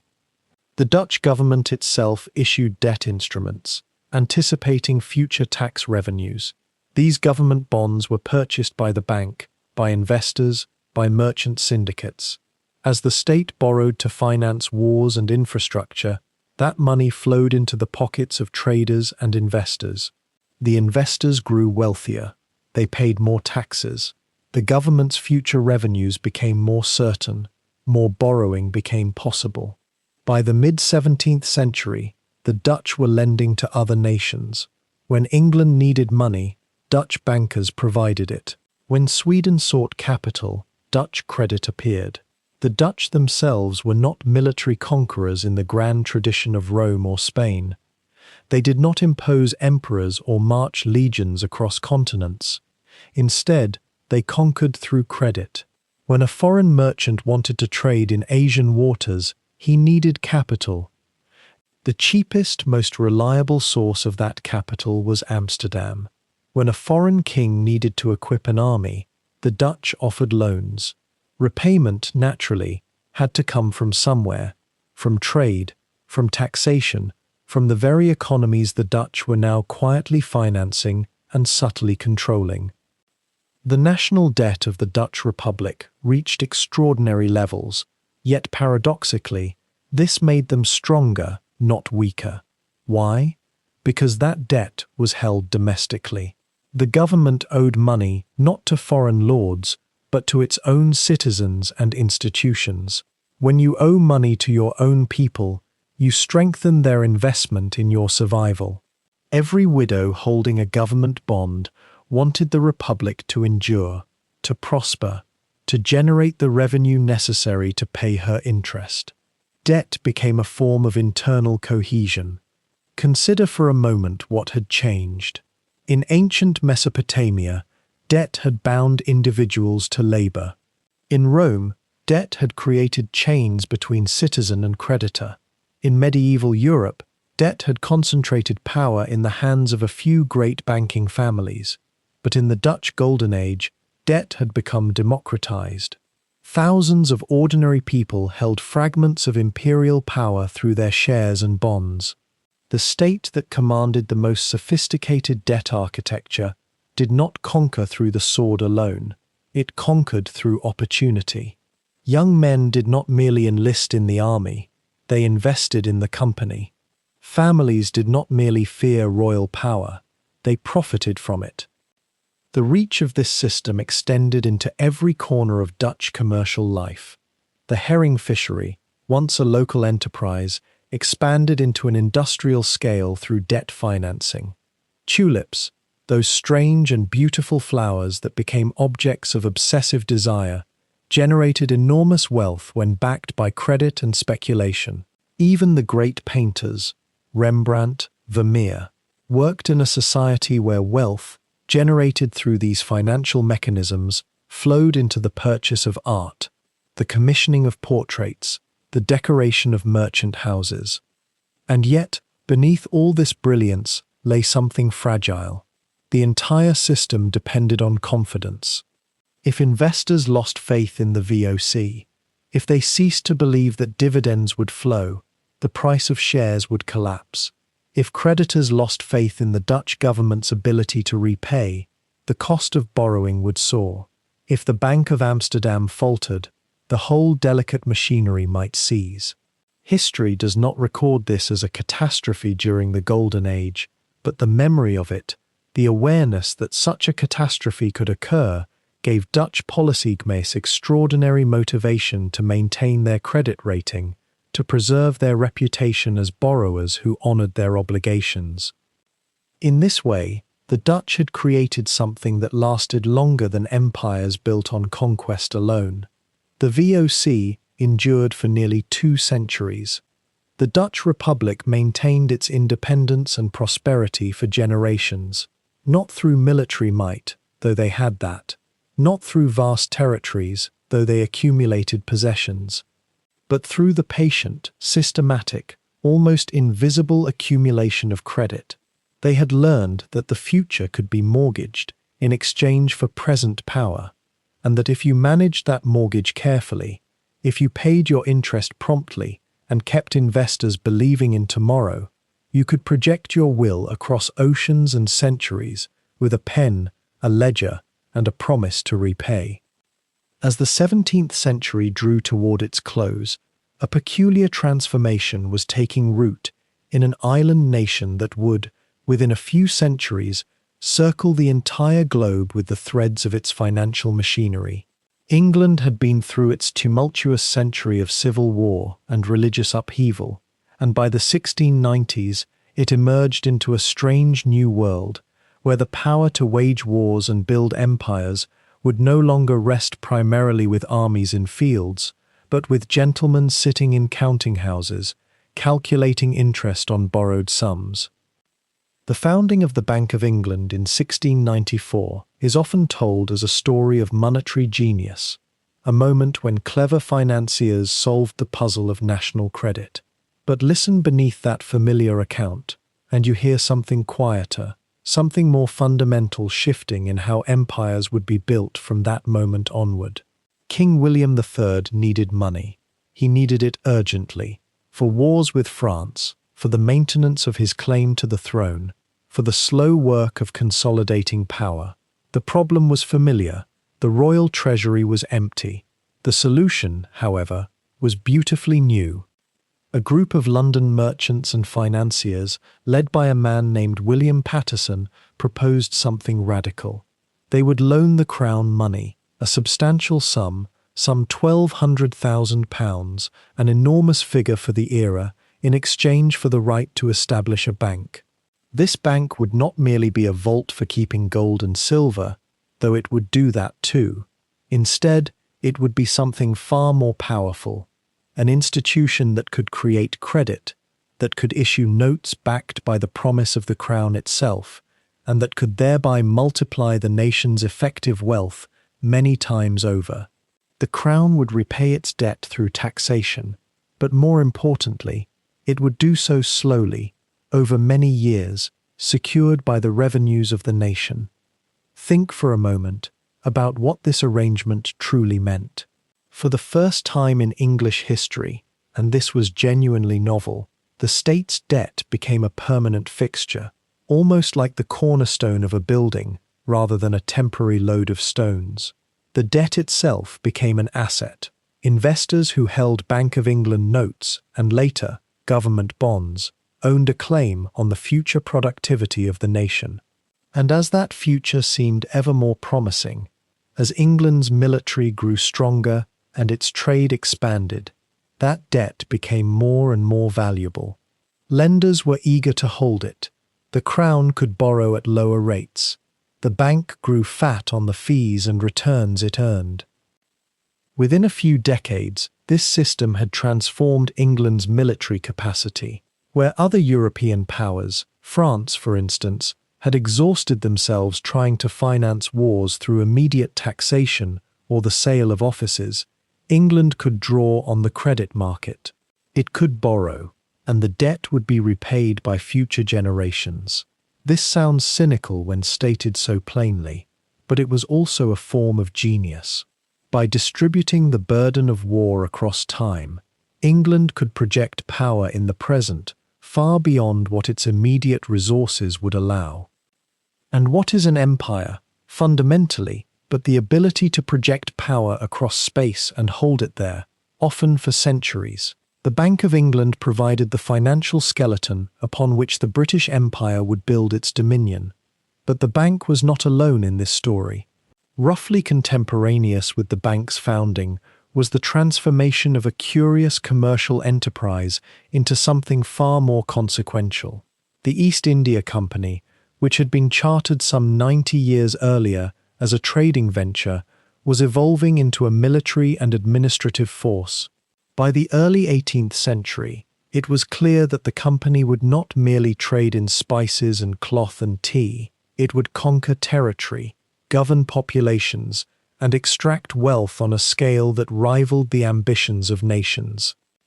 How did a commercial company with shareholders and a board of directors become an imperial power? The answer lies, again, in debt and credit. The company operated on credit from its inception, borrowing from merchants, accepting deposits, and pledging future revenues from its trade monopolies.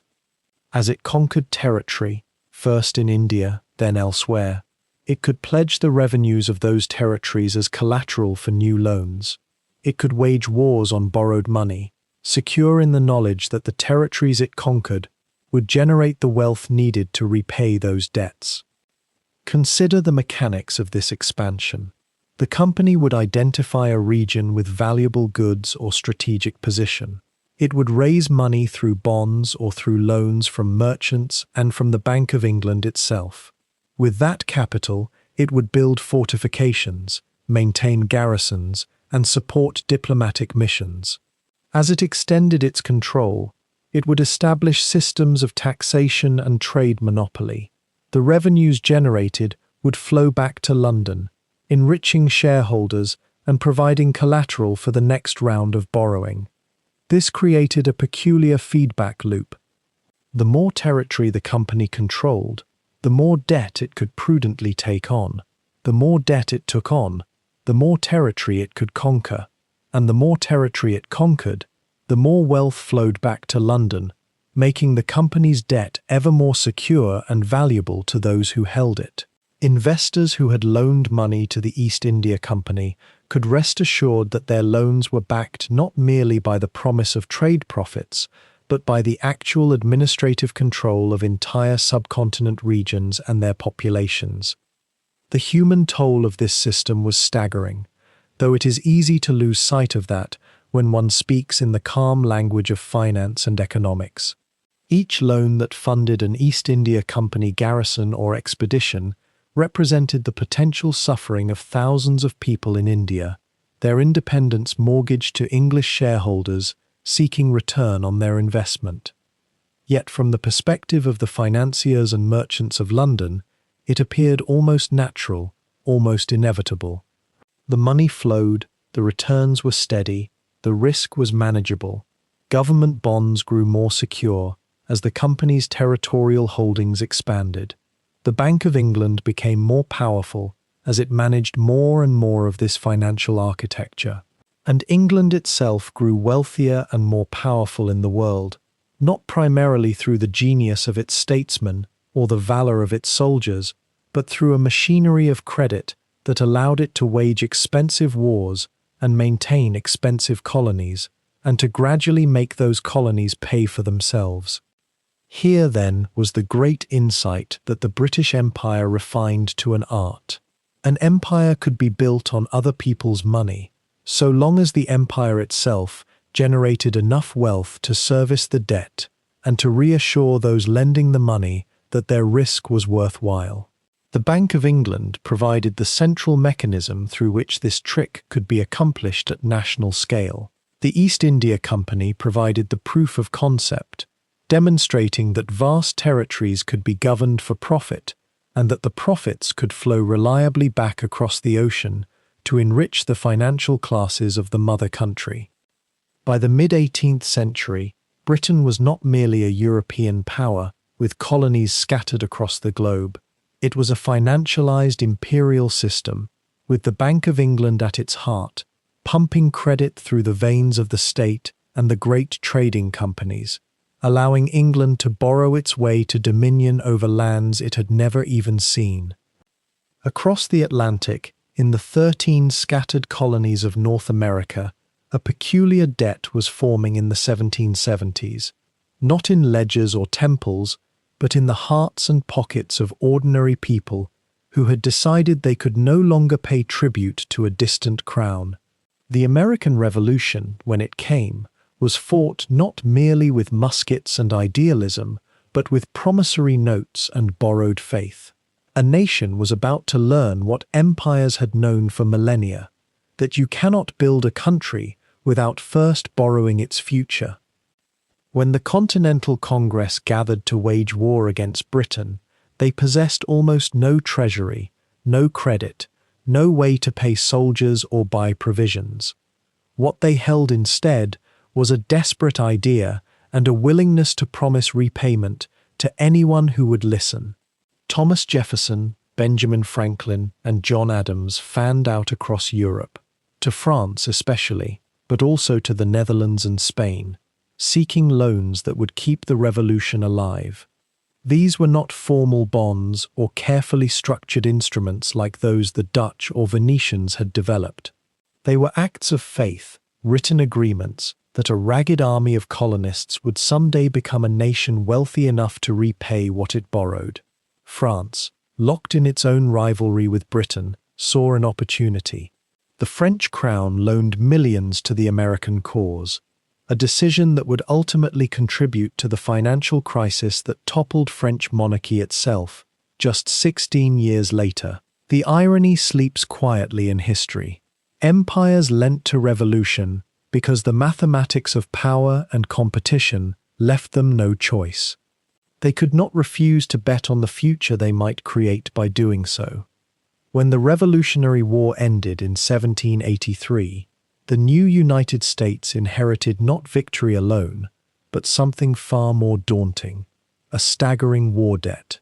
The government owed money to France, to the Netherlands, to private creditors, to soldiers who had never been properly paid. The currency itself, continental dollars, had become nearly worthless, a form of monetary collapse that haunted the nation's earliest years.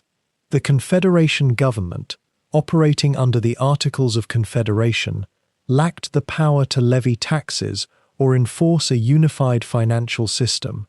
It was, in practical terms, technically bankrupt. Into this moment of fragile chaos stepped a man who understood, perhaps more clearly than any of his contemporaries, that debt and credit were not mere accounting problems but the sinews of national power. Alexander Hamilton, now in his 20s, had fought in the war and witnessed its desperation firsthand. When he became the first Secretary of the Treasury under George Washington in 1789, he arrived with a vision that seemed almost impossible to his fellow statesmen. yet was fundamentally borrowed from the financial revolutions he had observed in Europe. Hamilton's plan, unveiled in a series of reports over his first 2 years in office, was audacious in its simplicity and profound in its implications. He proposed that the new federal government assume all the debts of the Revolutionary War, both the foreign loans and the unpaid obligations to soldiers and domestic creditors. In a nation still suspicious of concentrated power, this was seen by many as a blueprint for tyranny. How could the central government take on such massive obligations? How could it possibly repay them? The answer lay in something the United States did not yet fully possess, but which Hamilton believed it must create: public credit. Public credit, as Hamilton understood it, was not merely the ability to borrow money. It was a form of collective faith, a belief among lenders, investors, and the people themselves that the government had the will and the capacity to honor its promises. To build this faith, Hamilton did what every successful empire before had learned to do, though each in its own way. He made the debt manageable and regular. He established a federal bank, the Bank of the United States, that would handle government finances and issue a stable currency backed by that same federal authority. He created mechanisms for paying interest on the debt faithfully and on time, transforming what could have been worthless scrip into investments that actually attracted capital. There was something almost counterintuitive about his approach that might seem worth pausing to reflect upon.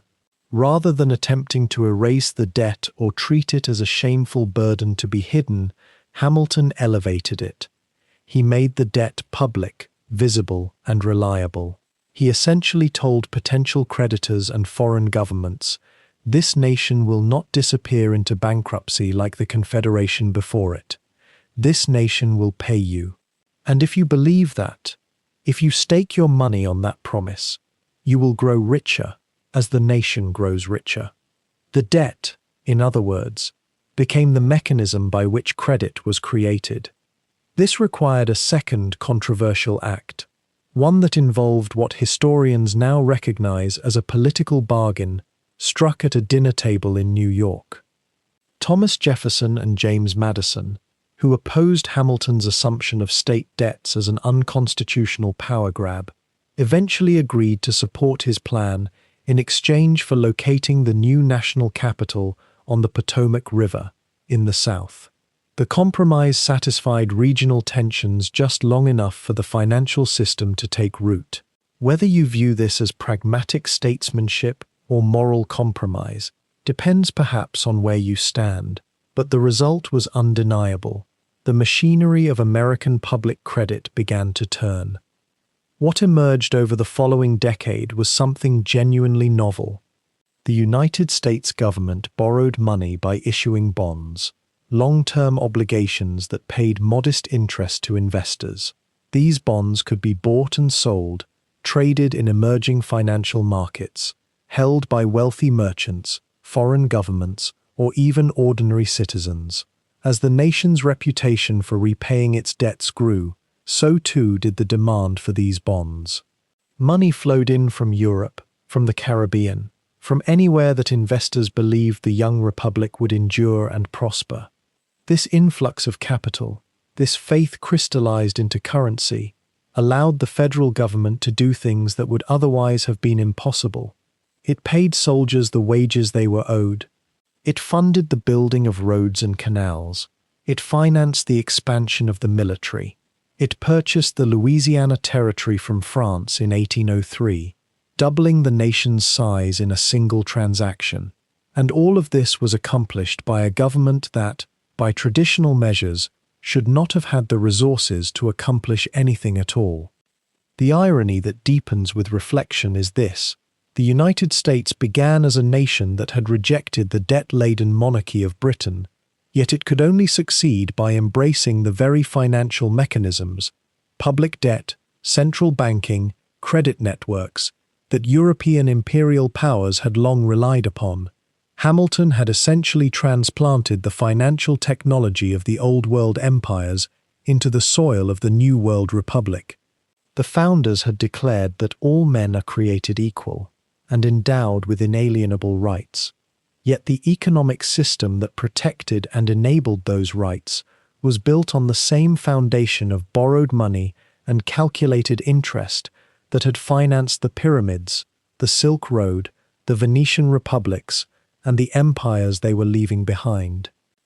The public debt of the United States, far from being a sign of weakness or failure, became a sign of strength. Foreign governments and investors reasoned that if this young nation could borrow so freely and so publicly, it must have a future worth investing in. If it could pay its debts so reliably, it must be governed by men of sense and stability.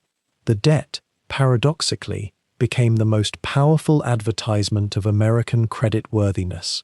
It was a strange alchemy, obligation transmuted into opportunity, borrowed promise ripening into genuine power. As the 19th century deepened and the nation expanded westward, as it industrialized and grew, the public debt grew alongside it. Wars required new borrowing. Infrastructure required borrowing. Economic cycles of boom and collapse created surges in debt, followed by periods of slow repayment. The pattern was not unique to America. Every empire before had followed similar rhythms, but the American system made these cycles visible, public, and manageable in ways that previous systems had not. The debt was not hidden in royal treasuries or priestly accounts. It was printed in newspapers, discussed in Congress, traded in markets. In this transparency lay both its vulnerability and its strength. And so the young United States, born in revolution against debt-backed monarchy, built itself into a continental power through the systematic, deliberate cultivation of public credit. It borrowed to become great. It promised and performed, promised again and performed again, until the promise itself became so reliable that the world poured money into American bonds not because it had to, but because it chose to. The debt that could have been the new nation's ruin became instead the invisible architecture upon which it rose. When Napoleon rose to power at the turn of the 19th century, he inherited not just a nation, but a treasury hollowed by debt. The French Revolution had consumed resources at a pace that made even the old monarchy's spending seem modest. And yet, in the gathering darkness of those early years, Napoleon understood something that few military commanders truly grasp: that armies move on credit as much as on grain. The Grande Armée, that engine of conquest which would reshape Europe, was itself a thing of borrowed money, and the bankers who financed it became as crucial to his ambitions as his generals. The wars that followed were unlike anything Europe had witnessed before in their scale, their ambition, their hunger for resources. Year after year, campaign after campaign, the cost spiraled upward. How does one finance the conquest of a continent? Not through taxation alone, not through plunder quickly spent, but through a mechanism that had been slowly perfecting itself for centuries: the war bond. The French government issued vast quantities of government securities, promising future repayment to those who lent money in the present. The irony is both elegant and melancholy. Those who profited from Napoleon's wars often did not wish for them to end, because as long as the conflict continued, as long as territory remained uncertain, the bonds remained valuable. Peace, paradoxically, might have brought financial ruin to the creditors who had wagered on perpetual struggle. But there emerged from this era a figure and a family whose name would become almost synonymous with the financing of empires, the management of continental war, and the subtle art of lending to nations. The Rothschild family, though not yet the titanic force they would become, began their ascent during these Napoleonic convulsions. Mayer Amschel Rothschild, a Frankfurt moneylender of modest means, understood that if you could somehow finance all sides of a war, then you could not lose. His sons, Nathan, James, Solomon, Karl, and Amschel, dispersed themselves across the financial capitals of Europe, London, Paris, Vienna, and Naples. They became the nervous system through which credit flowed, the hidden connective tissue linking the treasuries of competing nations. A loan here, an exchange transaction there, information passed along their private courier network faster than any government dispatch. When you controlled information and credit simultaneously, you held a kind of power that no battlefield could truly contest. Consider for a moment the particular genius of this arrangement. The British government, locked in existential struggle against French hegemony, needed to finance its coalition partners and its own military operations. Where did that money come from? In no small part from the City of London, and increasingly through financial instruments that had been refined over decades. Government bonds, short-term treasury bills, letters of credit. These became weapons as surely as muskets and cannon. The Rothschilds, with their network spanning multiple nations, could arbitrage exchange rates, move precious metals across borders, and arrange the flow of capital to where it was most urgently needed. They charged for this service, of course. Their fees were the rent extracted from the state system itself. Yet here is where the story grows more complex, more tinged with the gentle sadness that accompanies all human endeavor. The wars that Rothschild credit enabled were not abstractions, they were slaughter. They were the widows of Moscow, the devastation of Spain, the bones of 100,000 soldiers on muddy fields. The money that moved through their coffers was ultimately drawn from taxation, from the labor of ordinary people, from the seizure of resources and the conscription of youth. The banking families did not pull triggers, but they did make the pulling of triggers economically possible. And as the wars dragged on, as Napoleon's ambitions grew ever more desperate, the debt accumulated faster and faster. The question that haunted European capitals was not merely military, it was financial. At what point does the cost of conquest exceed even the plunder that victory might bring? By the time Napoleon's empire began to crack, the failed Russian campaign, the desperate defense of France itself, the debt burden had become almost incomprehensible. The victorious nations, particularly Britain, found themselves in an unusual position. They had won the war, yes, but they had also accumulated vast obligations to the bankers and bondholders who had financed it. The transition from war to peace was therefore not simply a matter of laying down arms. It was a financial reckoning, a negotiation over how the costs of victory would be distributed and paid over time. This is where the bond market itself began to emerge as a visible force in European power politics. After Waterloo, after Napoleon had been exiled and the old order attempted its restoration, the great powers gathered to redraw the map. But they gathered not merely as military victors. They gathered as debtors, the concert of Europe, that system of great power management that would dominate the 19th century, was in many ways a concert conducted by those who held the purse strings. Austria, Prussia, Russia, each had incurred enormous debts in the war against France. Each now had to manage not only their defeated enemy, but their own financial obligations. Reparations imposed on France were partly extraction of wealth, yes, but they were also a transfer mechanism, a way of extracting payment from a debtor nation and using those funds to service loans owed to British and other creditors. The irony deepens if you dwell on it for a moment.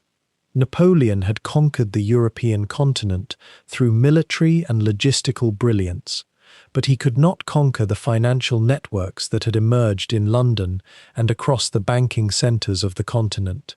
In the end, it was not Wellington or Blucher who defeated him. Not entirely. It was the steady exhaustion that comes when you can no longer borrow at sustainable rates, when the market begins to doubt you. The very mechanisms that had enabled his rise became the instruments of his limitation and eventual fall. And so the Napoleonic era viewed through the lens of debt and credit, reveals itself to be less a simple narrative of conquest and defeat, and more a complex interplay of financial power, strategic lending, and the slow accumulation of obligations that reshape the world just as surely as armies do. The map of Europe after 1815 was drawn not only by diplomats and generals, but by the ledgers of bankers, by the calculations of those who held government bonds, by the market's assessment of which nations were creditworthy and which were not.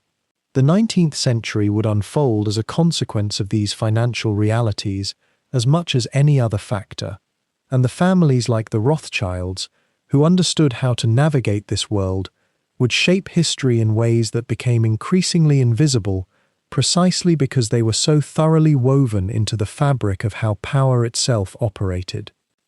As the 20th century dawned, empires that had borrowed their way through centuries of conquest and consolidation faced a peculiar reckoning. The financial architecture that had held them together, the ledgers, the credit networks, the careful arrangements between crown and merchant, would be fundamentally remade by the sheer scale of mechanized warfare.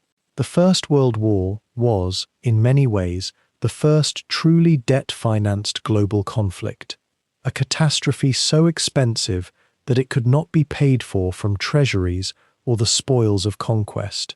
It had to be borrowed. Picture the scale of it. Britain, France, and their allies borrowed billions from the United States, which had entered the war late but emerged as the world's primary creditor. The old arrangement, where European empires lent to one another, where gold and colonial wealth backed currency, fractured under the weight of that debt. When the armistice came in 1918, the victors stood victorious but hollow. Britain's debt had quadrupled. France was financially devastated. Germany, despite losing, faced the most crushing burden of all: reparations, the financial penalty imposed by the Treaty of Versailles. Now, reparations were not new to history. We have seen, woven through centuries, how defeated nations paid tribute and gold to victors. But the reparations demanded of Germany were different. They were calculated not merely as compensation, but as punishment. A debt so immense that economists at the time recognized it could never be truly paid. 130 billion gold marks was the initial figure, later reduced but still astronomical. The intention was clear: to cripple Germany's ability to wage war again by binding it in perpetual debt. Yet here lies a paradox worth sitting with. The same economic logic that was meant to prevent another war instead planted the seeds for one. Germany, strangled by reparation payments, its currency collapsing from the weight of debt obligations, became fertile ground for political extremism. The hyperinflation of the early 1920s, where a loaf of bread cost trillions of marks, was partly a consequence of trying to service both war debt and reparations simultaneously.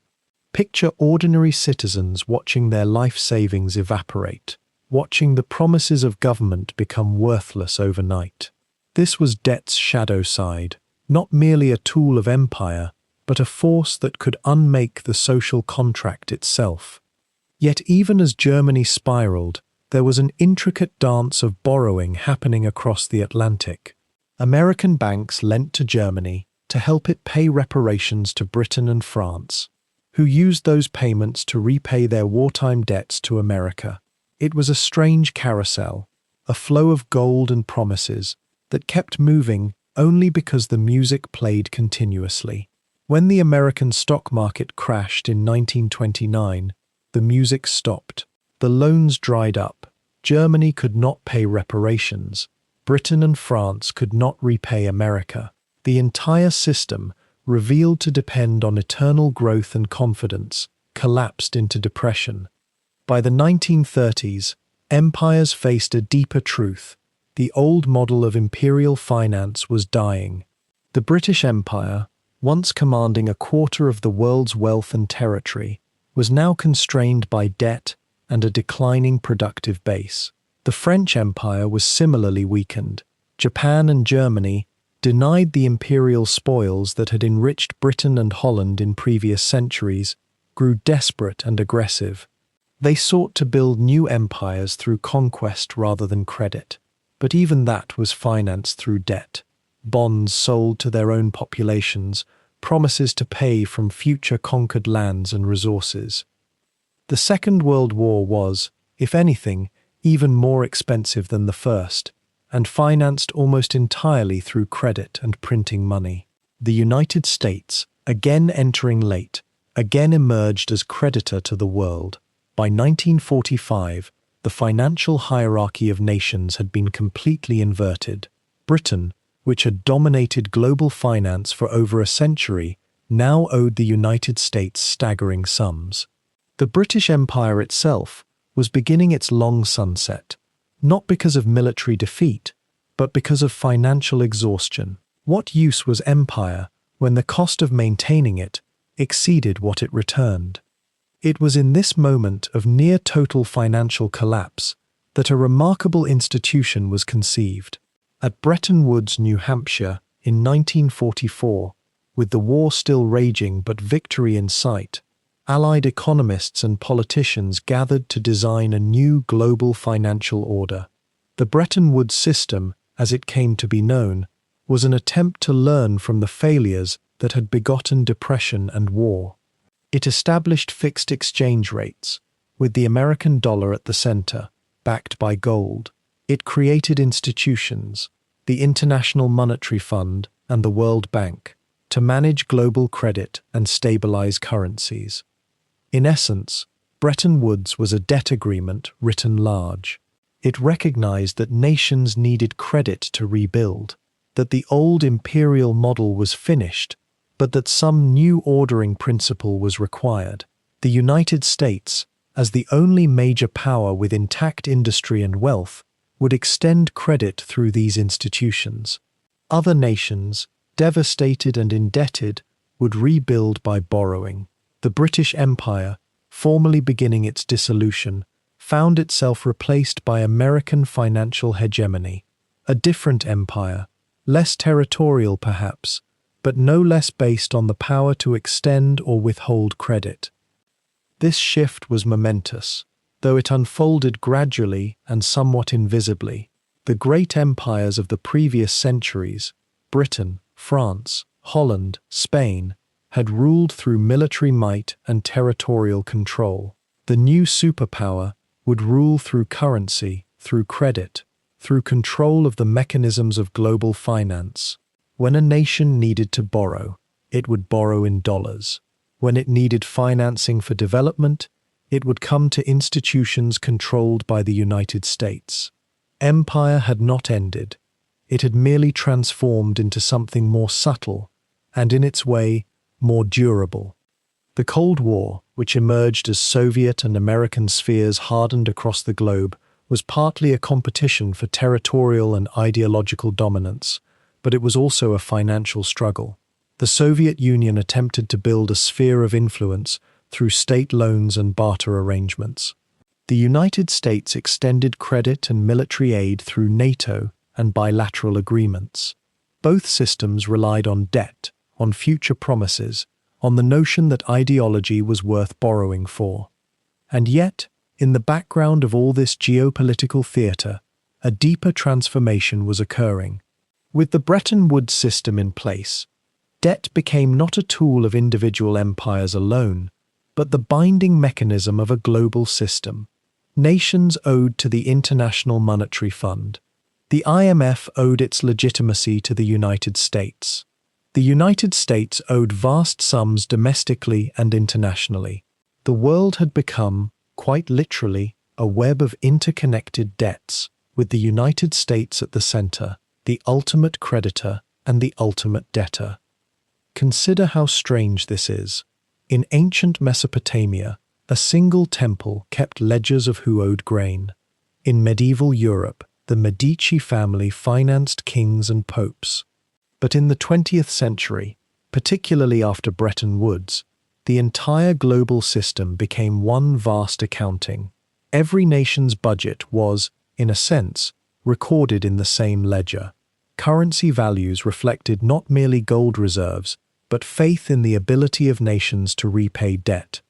Inflation and deflation were not natural economic rhythms but consequences of how much governments borrowed. The decade following the war saw a slow stabilization under this new system. Europe rebuilt with Marshall Plan aid, which was essentially credit extended by the United States. Japan, despite being defeated, was extended credit to rebuild as a bulwark against communism. Former colonies began to gain independence, but their independence was financially constrained from the start. If a newly independent nation needed to build infrastructure, it borrowed from the World Bank. If it faced currency crisis, it came to the International Monetary Fund. Freedom from colonial rule often meant freedom from a single master, but new forms of financial dependence quickly took their place. By mid-century, the old empires had become what might be called debt-retired powers. Britain still held territories, but it was financially declining. France attempted to maintain empire in Indochina and Algeria, but could not afford it. These were not defeats on the battlefield alone, but failures to service the costs of empire. The new order, structured through Bretton Woods, was an order of managed decline for old powers and managed ascent for the United States and its allies. And here is something worth reflecting on as you drift deeper into these thoughts. Every transition from one empire to another has been facilitated through debt. Rome did not simply fade, it borrowed itself into fragmentation. The rise of European nation-states was financed by merchant loans and state bonds. The British Empire expanded and contracted through cycles of credit and repayment, and the American ascendancy, when you examine it carefully, was not simply the inevitable result of superior resources, but was structured through a financial system designed to concentrate power through the mechanisms of lending and borrowing. The Bretton Woods system lasted, in its pure form, for only about 25 years. By the late 1960s, strains were showing. The Vietnam War was expensive, financed partly through deficit spending. The Soviet Union, attempting to match American military capability, was overextending itself financially. Within both superpowers, the costs of maintaining global influence were mounting, and slowly, imperceptibly at first, the financial order that had seemed so stable began to crack. But that is a story for the quieter hours ahead, as empires continued to borrow, continue even now, into a future that grows ever more distant from the moment when gold could be held in hand and a promise was written on clay. As the 20th century drew toward its close, the nature of imperial power had transformed so completely that few observers noticed the transformation at all. The empires of old, those that conquered territory and extracted grain and gold, had largely dissolved or withdrawn. Yet the world's dominant nations had not lost their power. They had simply remade it, sculpting it from something far more abstract and infinitely more stable.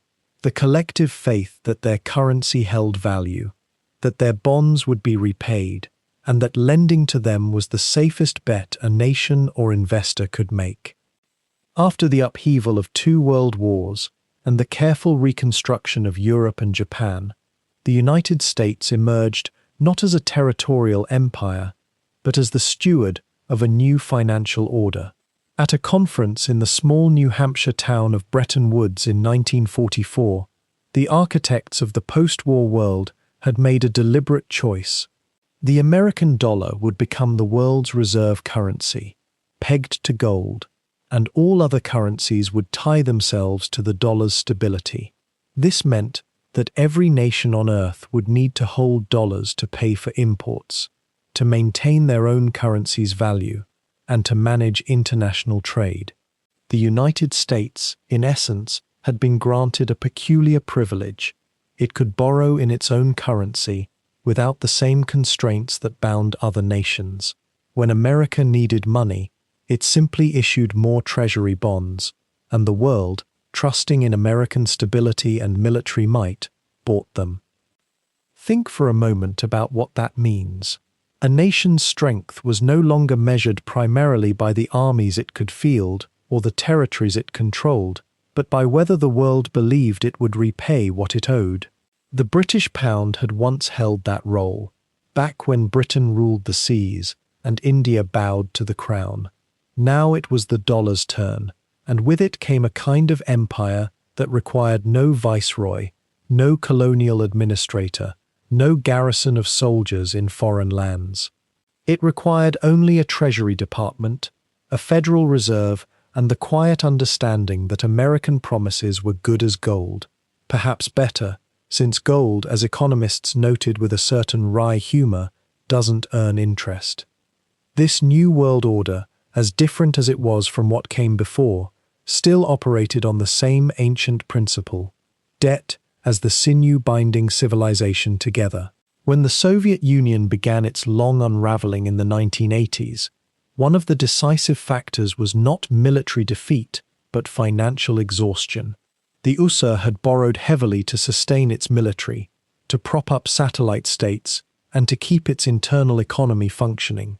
When oil prices collapsed and the cost of maintaining such vast obligations became unsustainable, the empire could not hold itself together. Empires still fell. They simply fell now when their credit ran out. The Cold War's end did not herald the end of debt as imperial architecture. If anything, it accelerated the process. Through the 1980s and 1990s, the International Monetary Fund and the World Bank became instruments of a new kind of influence, extending loans to developing nations on the condition that they restructure their economies, privatize their assets, and open their markets. It was colonialism by another name, not occupation by soldiers, but occupation by structural adjustment programs and mandatory debt repayment. A nation might gain independence from a distant metropole, only to find itself bound far more tightly to a global creditor class through the mechanism of loans it could not afford to repay without dismantling its own social institutions. The United States, meanwhile, began to accumulate a debt that would have seemed unimaginable to previous generations of policymakers: defense spending, wars in Vietnam and the Middle East, the maintenance of military bases across the globe, the welfare state, all were financed not through taxation alone, but through borrowing. By the 1990s, America was running consistent budget deficits. Yet the world continued to lend. Why? Because there seemed to be no alternative. The dollar was the only game in town, even when other nations grumbled about American profligacy. When Japan and later China and the Gulf states accumulated vast reserves of dollars, they continued to buy American treasury bonds.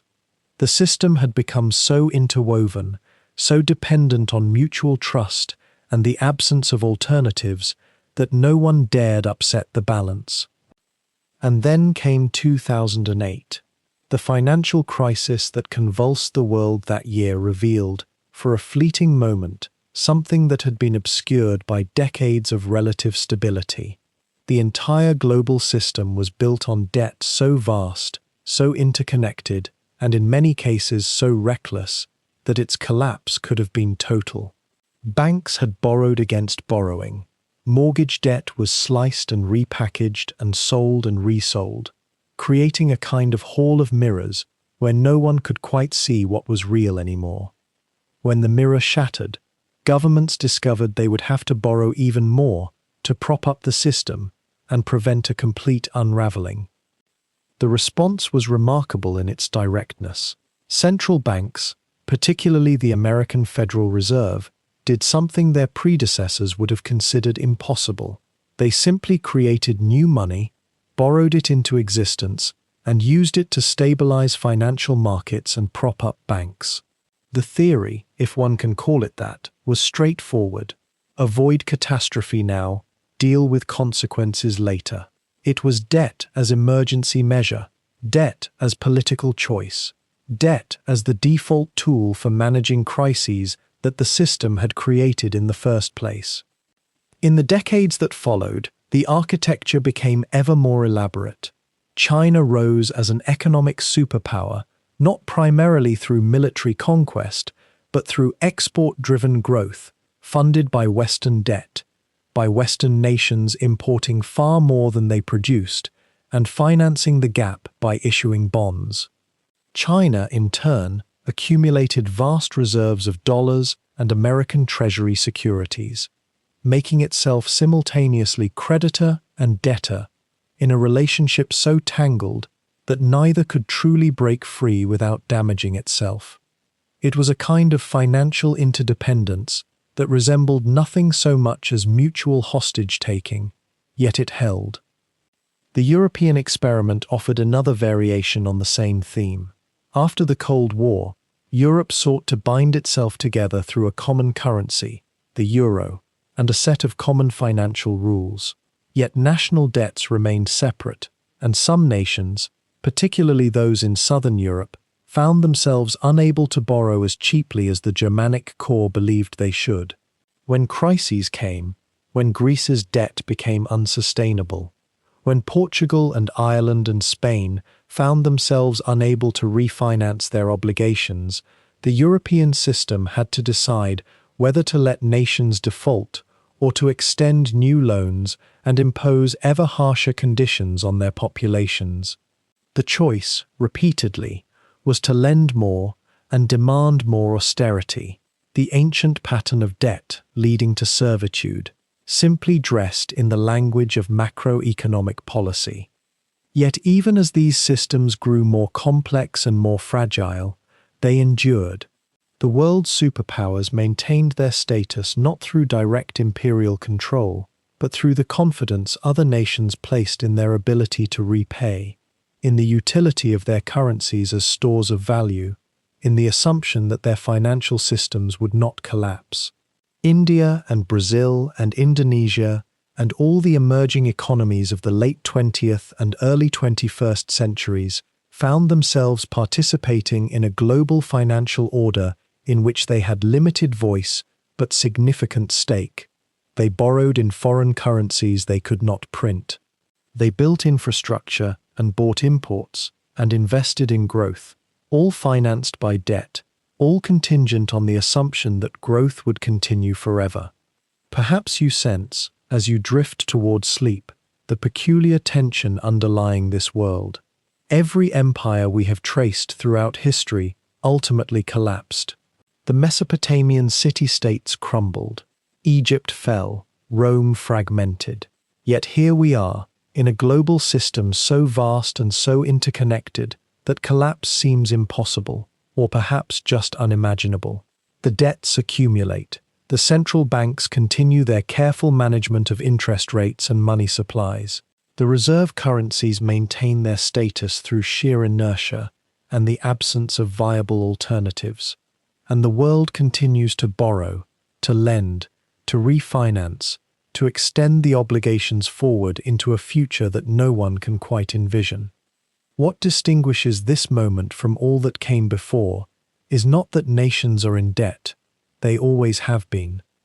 What distinguishes it is the sheer scale, the global nature of the system, and the fact that there is no external boundary anymore.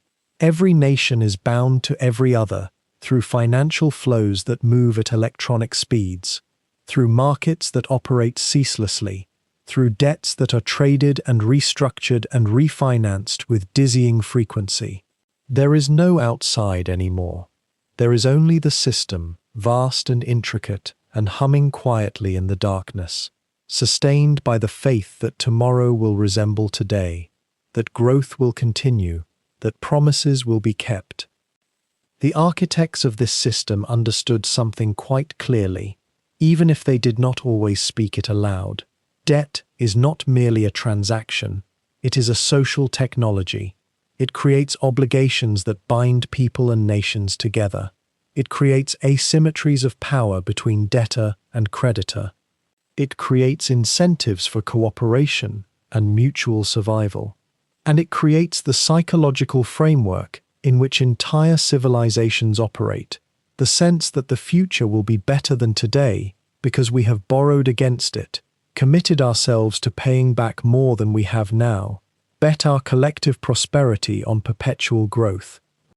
Whether this system will endure as the previous empires did not, whether it will transform gradually into something else entirely, or whether it will eventually falter under the weight of its own accumulated contradictions, that remains one of the great open questions of our time, a question that even the smartest economists and policymakers struggle to answer with confidence. And so we arrive at the quiet truth that has threaded itself through every chapter of human ambition. From the moment that ancient hand pressed wedge marks into cooling clay, through the vaults of Venice and the counting houses of London, through the electric networks of modern finance stretching across continents we cannot see in the dark, every empire that ever rose to touch the sky did so by borrowing against a future it could not know. The ledger, you might say, is the true autobiography of civilization, not the monuments that crumble, not the armies that dissolve like morning mist, but the careful, patient record of what was owed and what was promised. That clay tablet in the Mesopotamian darkness was the first page of a book that has never been closed, only turned, over and over, by countless hands across centuries. Each empire added its own entries, its own sums, its own desperate hopes written in numbers. Sumer wrote grain debts and received the first cities. Babylon inscribed mercy into its laws and held its people steady. Egypt measured its granaries and built tombs so vast they still shadow the earth. Greece loaned money to traders and grew wisdom worth more than gold. Rome borrowed to conquer and discovered that victory and debt are often twins, born together, dying together. China managed its granaries with such care that dynasties outlasted the stones they carved their names upon. The Islamic world created partnerships that felt almost like friendship, binding merchant to merchant across deserts and seas. Medieval Europe, fearful of the sin of lending, found ways around God's disapproval and built cathedrals anyway. The Medici understood that a ledger, kept with beautiful precision, could be more powerful than a sword. Spain emptied mountains of silver and filled them with debt instead. Dutch ships sailed because banks believed in them. The Bank of England was born from war, and Britain's empire bloomed from credit like a rose from ash. America promised its future to the present and kept the promise. Rothschilds and Barings moved billions with a letter and shaped the fate of kingdoms. The 20th century totaled its debts in numbers so vast they became abstract, almost dreamlike, and then the world rebuilt itself on the faith that these numbers meant something real. And here, in this moment when you rest in the darkness, that same ledger is still being written. The entries continue. Governments, like empires before them, borrow against the generosity of those who believe in tomorrow. Perhaps they are right to do so. Perhaps the only way forward for any of us, for any civilization, is to spend today what we hope to earn tomorrow, to believe that the future will be richer than the present, that growth and innovation and human effort will make good on the promises we carve into our records. There is something almost moving, is there not, in that fundamental act of faith? Every empire that ever existed was, at its core, an argument that what it built would last, that what it owed could be repaid, that the people who came after would inherit something worth the debt that bought it. The pyramids whisper this argument still, though their builders have been dust for 4,000 years. The ruins of Rome speak it silently. The Silk Roads, though the merchants who walk them are gone, carry the echo of that same question across the empty deserts. Will this be worth what we owe for it? Some empires answered wrong. They borrowed too much, promised too greatly, and collapsed beneath the weight of their own ledgers. Others managed, for a time, to keep the sums in balance, to grow faster than their debts consumed them. A few, though this is perhaps a matter of perspective, seem to understand something essential about the relationship between credit and civilization, between what you owe and what you can become. But the pattern, the vast and patient pattern visible only now that we have stepped back far enough to see it whole, suggests something quieter and more profound. Every single civilization that left a mark on history did so through acts of borrowing. They borrowed resources from the earth. They borrowed time from the future. They borrowed labor from their people. They borrowed belief from those who might doubt them. And in exchange, they built something that mattered. Cities rose. Knowledge accumulated. Art flourished. Peace, though fragile and rare, became possible. Connections stretched across continents and turned strangers into neighbors. The ledger, in the end, was not a record of weakness or failure or moral compromise. It was a record of hope. It was civilization itself, not the monuments, not the conquests, not the names we memorize, but the patient, ongoing agreement between generations. A promise made by those who came before to those who come after. A promise that says, "We will invest in your world. We will spend our present on your future. We will ask you to honor what we owed, so that you might become something greater than we were." As you drift now into the darkness of your own rest, carrying the weight of these centuries of borrowing and building behind your eyelids, consider the gentle paradox at the heart of all human civilization. We survive, we grow, we create beauty and meaning, not by hoarding what we have, but by trusting enough to lend, by believing enough to borrow, by binding ourselves to one another through the simple mathematics of debt and faith, and the patient turning of pages in a ledger that has no end.